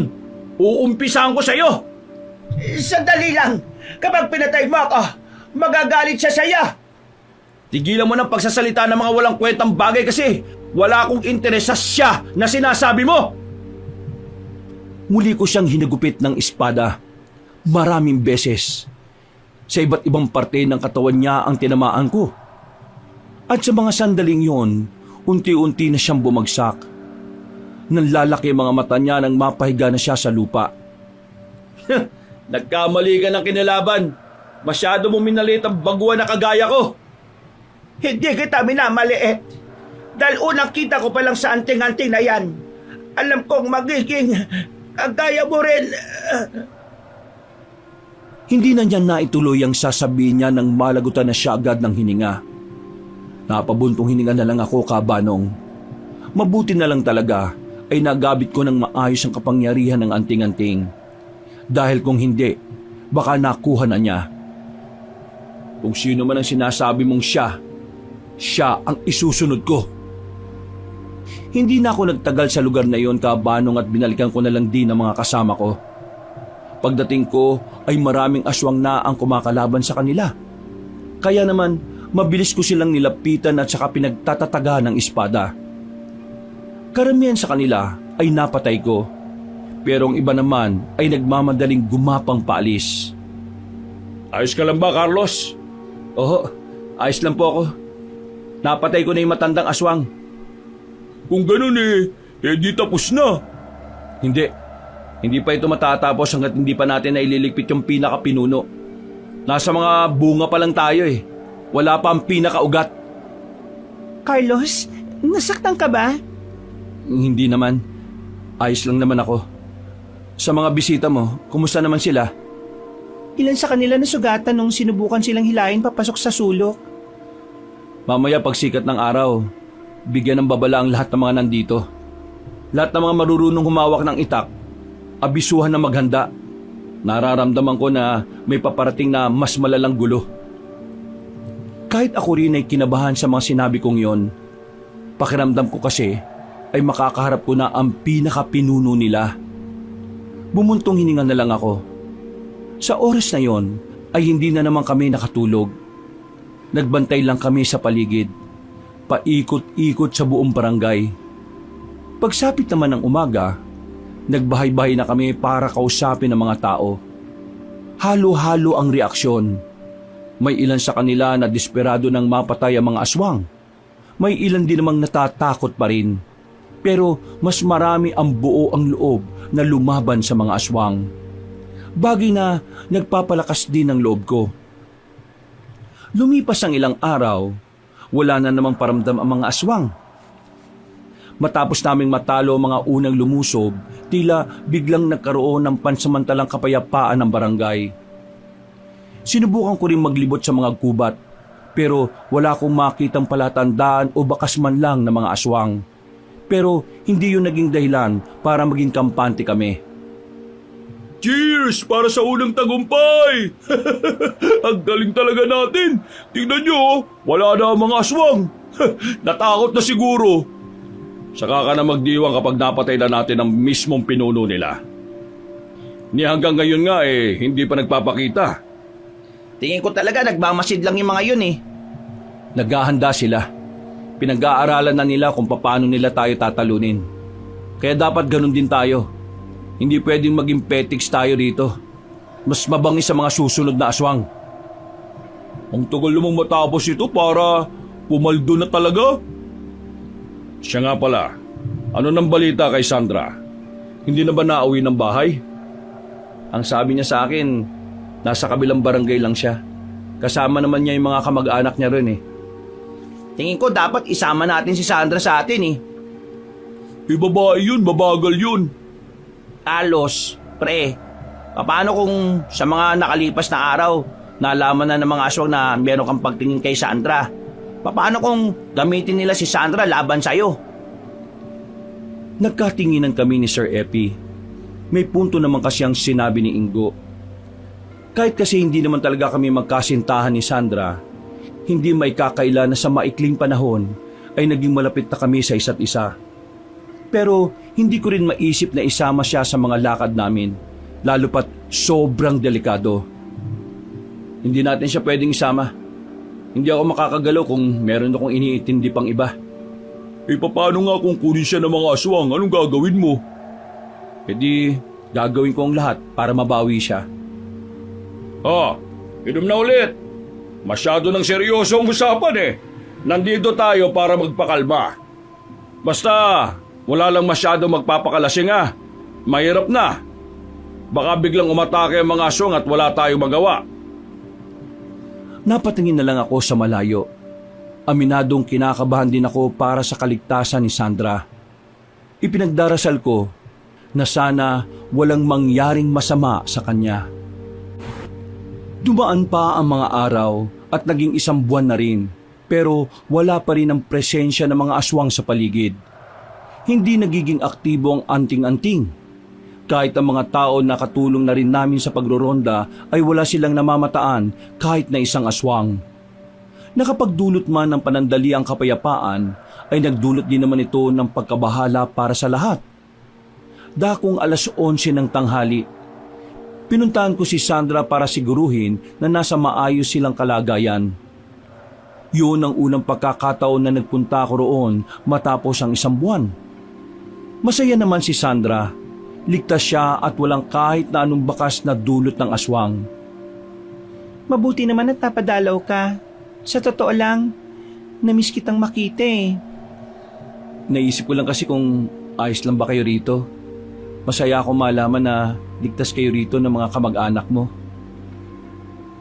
Huwag ka mag-alala sa amin. Marami sa mga kamag-anak ko mga dating sundalo. Kaya nila akong protektahan. Mabuti naman kung ganon. Pumasok ka muna para mapakilala kita sa mga kamag-anak ko. Hindi na. Sumaglit lang talaga ako dito para makita kita at para maibigay na rin to. Dinukot ko sa bulsa ko ang isang pulseras na gawa sa mga shell. Nakita ko naman agad ang pag-arko ng kanyang ngiti.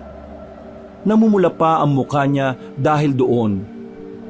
Ako naman ay nakakaramdam na rin ng hiya, pero tinigasan ko na lang ang pagmumukha ko. Para sa akin talaga to? Oo, para sa iyo talaga yan. Binili ko yan sa bayan. Ang ganda. Maraming salamat ah. Binigay ko na yan sa iyo dahil hindi ko alam kung may bibigay ko pa yan sa ibang araw. Bakit? Anong ibig mong sabihin? Bakit parang kung magsalita ka mawawala ka? Masama ang kutob ko eh. Kaya gusto ko lang na maging handa. Nanggugulo na naman ba ang mga aswang? Hindi. Wala pa rin silang paramdam. Yun ang kinatatakot namin. Kaya kung ano man ang mangyari, Sandra, palagi mong ililigtas ang sarili mo ah. Nakita ko ang lungkot sa mga mata niya, pero ngumiti na lang ako ng pilit. Hindi na rin ako nagtagal doon at nagpaalam na rin ako. Nang makabalik na ako sa mga kasama ko sa barangay, agad akong sinalubong ni Ingo.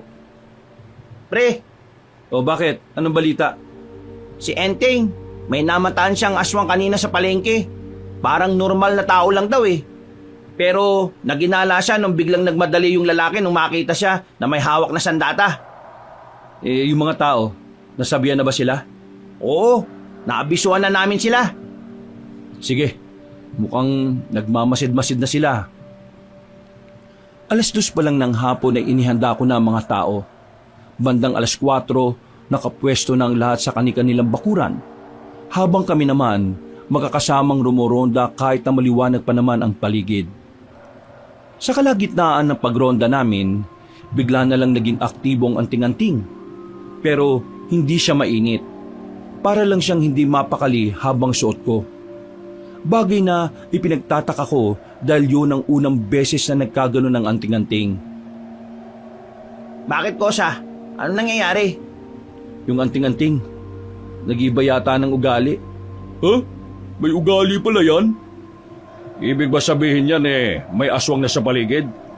Hindi ko alam eh. Hindi naman ganito ang anting-anting kapag may aswang. Umiinit siya kapag may nararamdaman siyang aswang sa paligid. Pero ngayon, hindi eh. Mukhang mas kakaiba yung makakalaban natin ngayon. Kung maghiwa-hiwalay kaya tayo. Sir Epi, doon kayo. Dito naman kami ni Ingo.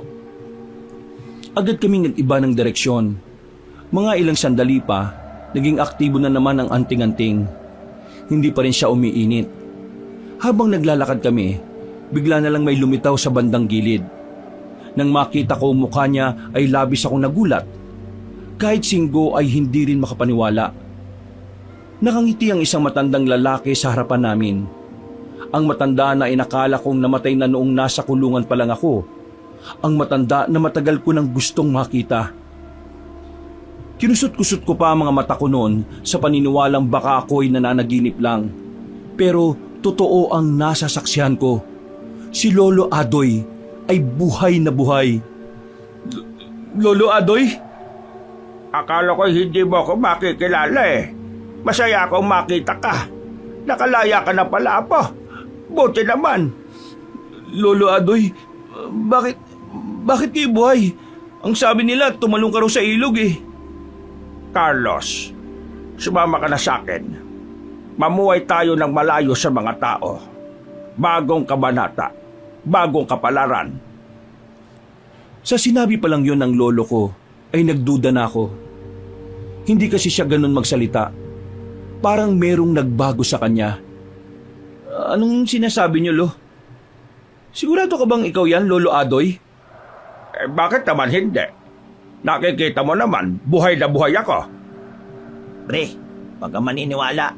Patay na ang lolo mo, matagal na. O sige, kung ikaw nga si Lolo, paano mo ipapaliwanag ang kamatayan mo 3 taon na nakakalipas? Totoo namang namatay ako. At hindi ako basta namatay. Pinatay ako. Hindi ako tumalon. Itinapon ako sa ilog. Papunta sana ako sa kulungan nung araw na yon para sana dumalaw sa iyo. Kaso, isang krimen ang nasaksihan ko. Nakita ko ang lahat ng nangyari. Tumakbo ko kagad sa takot na baka may makaalam na meron akong nalalaban. Kinabukasan, nagulat na lang ako nang biglang may humablot sa akin. Alam nila na nakita ko ang nangyari. Kaya, iniligpit nila ako. Itinapon nila ako sa ilog matapos bugbugin. Pero ang hindi nila alam, muli akong nabuhay. Nagkaroon ako ng pag-asang makaganti sa kanila sa pamamagitan ng yanggaw. Ho? Anong yanggaw? Wala na akong buhay nang matagpuan ako ni Erna sa gilid ng ilog. Para may salba ko, kinailangan kong sumailalim sa yanggaw. Sa muli kong pagdilat, alam kong hindi na magiging gaya ng dati ang magiging buhay ko. Palagi ako natatakam sa hilaw na karne. Palagi akong gutom at ang lakas na ng pandama ko. Hindi ako maniniwala. Kalokohan lang ang lahat ng ito. Isa na akong aswang po. Ito na ang bago kong buhay. Kaya sana samahan mo ko sa bagong kabanata ng buhay ko. Iwan mo na mga kasama mong mga tao na balang araw iiwan ka rin naman. Halika na. Sumama ka na sa akin. Hindi ikaw si Lolo! Hindi na ako nakapagpigil pa, Kabanong. Tumakbo na ako papalapit sa kanya. Nanatili lang siyang nakatayo, na parabang hindi man lang siya nakaramdam ng takot sa gagawin ko.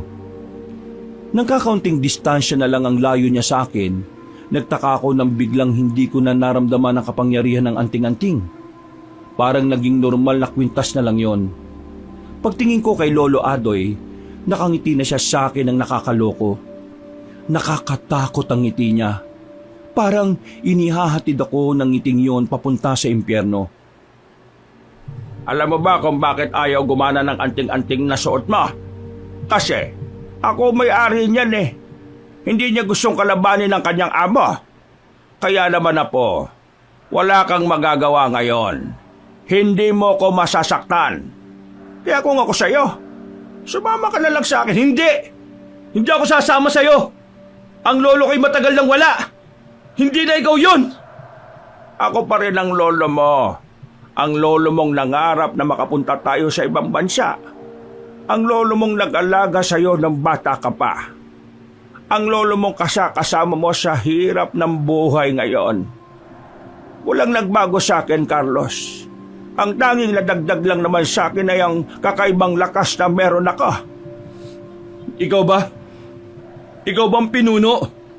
Ikaw bang leader ng mga aswang? Ako nga po. Wala nang iba. Kaya nga kung sasama ka sa akin, magiging isa ka sa amin at mas lalo mong maiintindihan na mas masarap mamuhay ng mas mataas ka sa mga tao. Hindi! Hindi ganyan ang turo sa akin ng lolo ko. Kaya hindi ako makakapayag na mapunta sa inyo. Bigla ko nalang dinampot ang malaking bato sa gilid. Pinukul ko yun sa direksyon kung saan naroroon si Lolo Adoy. Tinamaan siya sa noo. Umagos ang dugo pero wala lang yun kay Lolo Adoy. Mas lalo pa siyang natuwa. Mas lalo pa siyang nagpakita ng nakakatakot na tingin. Carlos, pag-isipan mo ng maigi ang sinasabi ko. Sige, babalikan kita ulit. Hintayin mo lang. Tumalikod na si Lolo Adoy. Ako naman ay napako sa kinatatayuan ko. Kahit si Ingo ay hindi rin nakapagsalita. Windang na windang kami sa mga revelasyon. Hindi ko talaga inaasahan na buhay pa ang lolo ko at siya pa ang naging pinuno ng mga aswang. Ang aswang na kailangan kong paslangin ay ang lolo ko pa mismo. Bagay na hindi ko alam kung makakaya ko bang gawin. Kahit kasi ibang lolo ko na ang nakausap ko, pakiramdam ko'y naroon pa rin ang dating lolo na nakilala ko. Wala kaming nakita ron. Ano nangyari dito? Nakita namin ang pinuno ng mga aswang. Pinuno ng mga aswang? Nasaan na?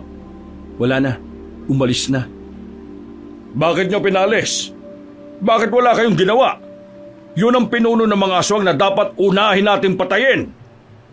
Yung pinuno ng mga aswang, walang iba kundi si Mang Adoy, yung lolo niya. Nagsulubong agad ang kilay ni Sir Epi nang marinig yon. Kitang-kita sa mukha niya ang kalituhan. Lumapit siya sa akin para kumpirmahin ang sinasabi ni Ingo. Magsalita ka nga, Carlos. Totoo bang sinasabi ni Ingo? Oo, totoo yun. Si Lolo ang pinuno. Teka lang. Paano naman magyayari yun? Di ba ang sabi mo, wala na ang lolo mo? Bakit nabuhay ulit? Nang malunod siya sa ilog, merong isang matandang babae na sumagip sa kanya. Pero hindi lang yung basta sagip. Para mabuhay siya, ginawa siyang aswang. Yanggaw ang tawag nila ron. Nabuhay nga si Lolo, pero sobrang layo na niya sa dati. Pero pinatakas mo pa rin siya kasi lolo mo siya. Nabigla lang ako sa nangyari. Siya ang pumatay sa nanay ko! Oo, alam ko. Alam mo naman pala eh. Pero pinatakos mo yun kasi lolo mo yun. Hindi mo man lang ako inisip, Carlos. Sinabi ko sa iyo ang dahilan kung bakit ako naririto. Pero anong ginawa mo?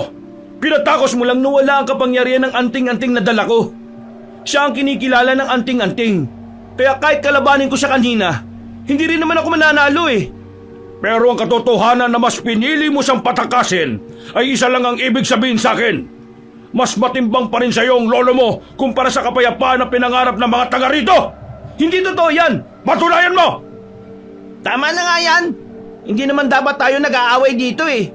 Aswang ang kalaban natin! Kosa, ano ba kasi talaga ang nararamdaman mo nang malaman mong lolo mong pinuno ng mga aswang? Naamin ko. Nung una, ang saya ko kasi nakita ko siyang buhay. Nakausap ko siya. Pero hindi na siya ang lolo ko. Patay na ang lolo ko na minahal ko. Iba na siya. Kaya ngayon, gagawin ko kung ano ang tama. Hindi na nagsalita si Sir Epi. Nauna na siyang umalis. Naiintindihan ko naman ang nararamdaman niya kaya hindi ko na lang din siya kinontra pa. Mga ilang sandali lang ay bumalik na rin muna kami sa bahay. Doon na lang kami nagpalipas ng oras. Hindi kami nakikibuan ni Sir Epi. Tulala lang ako. Malalim ang iniisip. Bumalik sa alaala ko ang mukha ni Lolo Adoy. Kahit nakangiti siya ay parang hindi ko na makilala ang dating siya. Hinawakan ko ang anting-anting. Isa pa yun sa pinoproblema ko. Hindi ko alam kung paano ko siya lalabanan gayong wala ang anting-anting na inaasahan ko. Pre, pasensya na ah. Nadulas dila ako kanina eh. Wala yun. Kahit naman hindi mo sabihin, sasabihin ko pa rin naman sa kanila eh. Paano yan? Sigurado ka ba na talagang kakalabanin mo lolo mo? Kaya mo ba talaga siyang patayin? Ingo, pre. Kailangan kong kayanin. Gusto ko na rin makapagpahinga na siya ng maayos. Huminga na lang ako ng malalim kabanong. Kinabukasan, muli naming tinipon ng mga tao at sa pagkakataon na yon ay mas marami na sila dahil nakumbinsi na rin nilang sumama ang iba pa nilang mga kamag-anak. Dahil dito, kahit na papaano ay napanatag ang kalooban ko na kakayanin nilang palagan ng mga aswang. Mabilis na lumipas ang mga oras. Sumapit na rin ang 5:00 ng hapon. Madilim na dahil sa kulimlim na ng hapon. Nakabuo na kami ng magandang plano noon. Kaya nang masiguro naming nakapwesto na ang mga residente, sinimulan na namin kung ano ang napag-usapan. Lo! Nandito na ako! Alam kong nandyan ka! Lumabas ka! Mag-usap tayo! Halos 5 minuto rin yata akong sigaw ng sigaw sa gubat. Maya-maya lang, lumabas na rin si Lolo mula sa likuran ng malaking puno. Nakangiti pa rin siya na parabang masaya siya sa ikalawa naming pagkikita. Ala pa! Naisip ko na rin ba na walang kwenta ang pagiging tao? Nakapagdesisyon ka na ba? Sasama ako sa inyo, pero meron akong kondisyon. Anong kondisyon? Nako, kahit na kailan, palaging may kapalit eh, no? Naalala ko pa nung bata ka. Hindi ka susunod kapag hindi ka binibigyan ng pera. O siya, sige. Ano ba yan?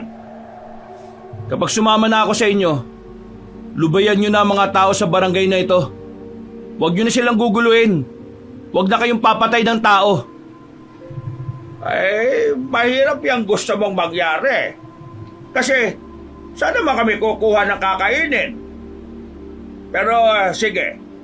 Dahil na po kita, pagbibigyan kita. Sumama ka na sa akin at hindi ko na sila guguluhin. Kaswal lang akong naglakad papunta sa kanya. Nang makalapit na siya sa akin, ay bigla niya akong niyakap. Pagkakataon ko na yon para gawin ang binabalak namin. Hinugot ko kagad ang espada niya at saka akmang itatarak sa kanya. Pero nagulat na lang ako nang mapigilan niya ako kahit hindi naman siya nakatingin sa gagawin ko. Ha! Akala mo ba madali ako maloloko, Carlos? Masyado mo yatang minamaliit ang kagaya ko. Isa akong gabunan. Hindi ako tanga. Bigla na lang humaba ang buhok ni Lolo at naging kulay puti. Ang ilang parte naman ng kanyang katawan ay naging kulay itim na rin. Wala siyang sinayang na pagkakataon. Dinakma niya ako sa liig at saka binalibag. Kung hindi lang din kita mapapakinabangan, papatay na lang din kita. Kesa naman maging banta ka sa lahi na binubuo ka. Lo, Naalala mo pa ba yung sinabi mo sa akin nung bago ako makulong? Sinabi mo sa akin na kahit na anong mangyari, hindi mo hahayaan na masaktan ako. Na ikaw sa lahat ng oras ang poprotekta sa nag-iisang apo na kasama mo. Lahat ng yun tinandaan ko, Lo. Kaya hindi ko matanggap. Bakit ka naging ganyan? Bakit? Tama lang na naging aswang ako. Kung hindi ko rin makukuha ang hustisya para sa akin. Dahil sa pagiging aswang, nakaganti ako sa mga taong nagtapon sa akin sa ilog. Kaya ikaw, Carlos, pasensya ka na dahil wala na akong pakialam sa'yo kahit kaunti. Muli niya akong inatake. Bumulandra naman ako sa puno. Hindi pa siya nakontento. Binalibag niya pa ako. Pagtingin ko sa espada ko, ang layo pala niya sa akin. Hindi rin gumagana ang anting-anting na suot ko. Kaya sa mga sandaling yon ay parang nawawalan na rin ako ng pag-asa. Kahit na ano pang ipaalala mo sa akin, wala na akong pakialam. Ang mahalaga sa akin ay ang mga aswang. Ang pamilya na binubuo ko.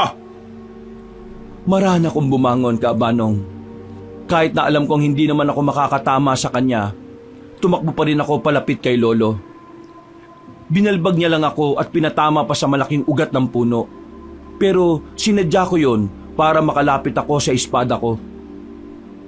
Hindi mo na magagamit ang anting-anting na yan. Dahil kahit hindi ko yan isuot, at kahit na ilang taon ko nang hindi siya nakikita, ako pa rin ang susundin yan. Nagkakamali ka, Lo. Nagkakamali? Ano pinagsasasabi mong sinaulo ka? Ang anting-anting ay nakapanik sa kabutihan. Walang anting-anting sa mundong ito ang umanib sa kasamaan. Kaya kahit ikaw ang may-ari nito, kampante akong susundin niya rin ako. Dahil ako ang nasa kabutihan. Sa sinabi kong yun ay biglang umilaw ng malakas ang anting-anting na suot ko. Nasilaw si Lolo Adoy sa lakas ng liwanag na nalikha nito. Naramdaman ko naman na parang gumaan ang katawan ko. Nawala ang sakit na nararamdaman ko at parang nagkaroon ako ng nag-uumapaw na lakas.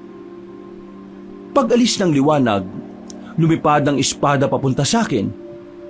Nanlalaki ang mga mata ni Lolo nang nasa harapan na niya ako. Hindi na ako nagdalawang isip pa. Kahit na masakit sa akin ang gagawin ko, itinara ko pa rin sa kanya ang espada. Ang espada na siya mismo ang gumagamit noon. Ito na ba? Ito na ba ang katapusan? Lo, magpahinga na po kayo. Nakita kong ngumiti si Lolo. Ang ngiting yun ay ang ngiting palagi kong nakikita tuwing umaga, tanghali at gabi. Ang ngiti na punong-puno ng kagalakan. Ang ngiti na nakakagaan sa pakiramdam. Pakiramdam ko noon, Kaabanong, nagbalik si Lolo sa dati. Salamat, Carlos, Apo. Salamat dahil hanggang sa huling sandali, ako pa rin ang iniisip mo. Maraming salamat dahil makakapagpahinga na ako. Lo, tawarin mo ako. Wala ako sa tabi mo nung ginawa nila sa iyo yun. Patawarin mo ako. Wala kang kasalanan, Apo. At kahit na kailan, hindi kita sinisisi.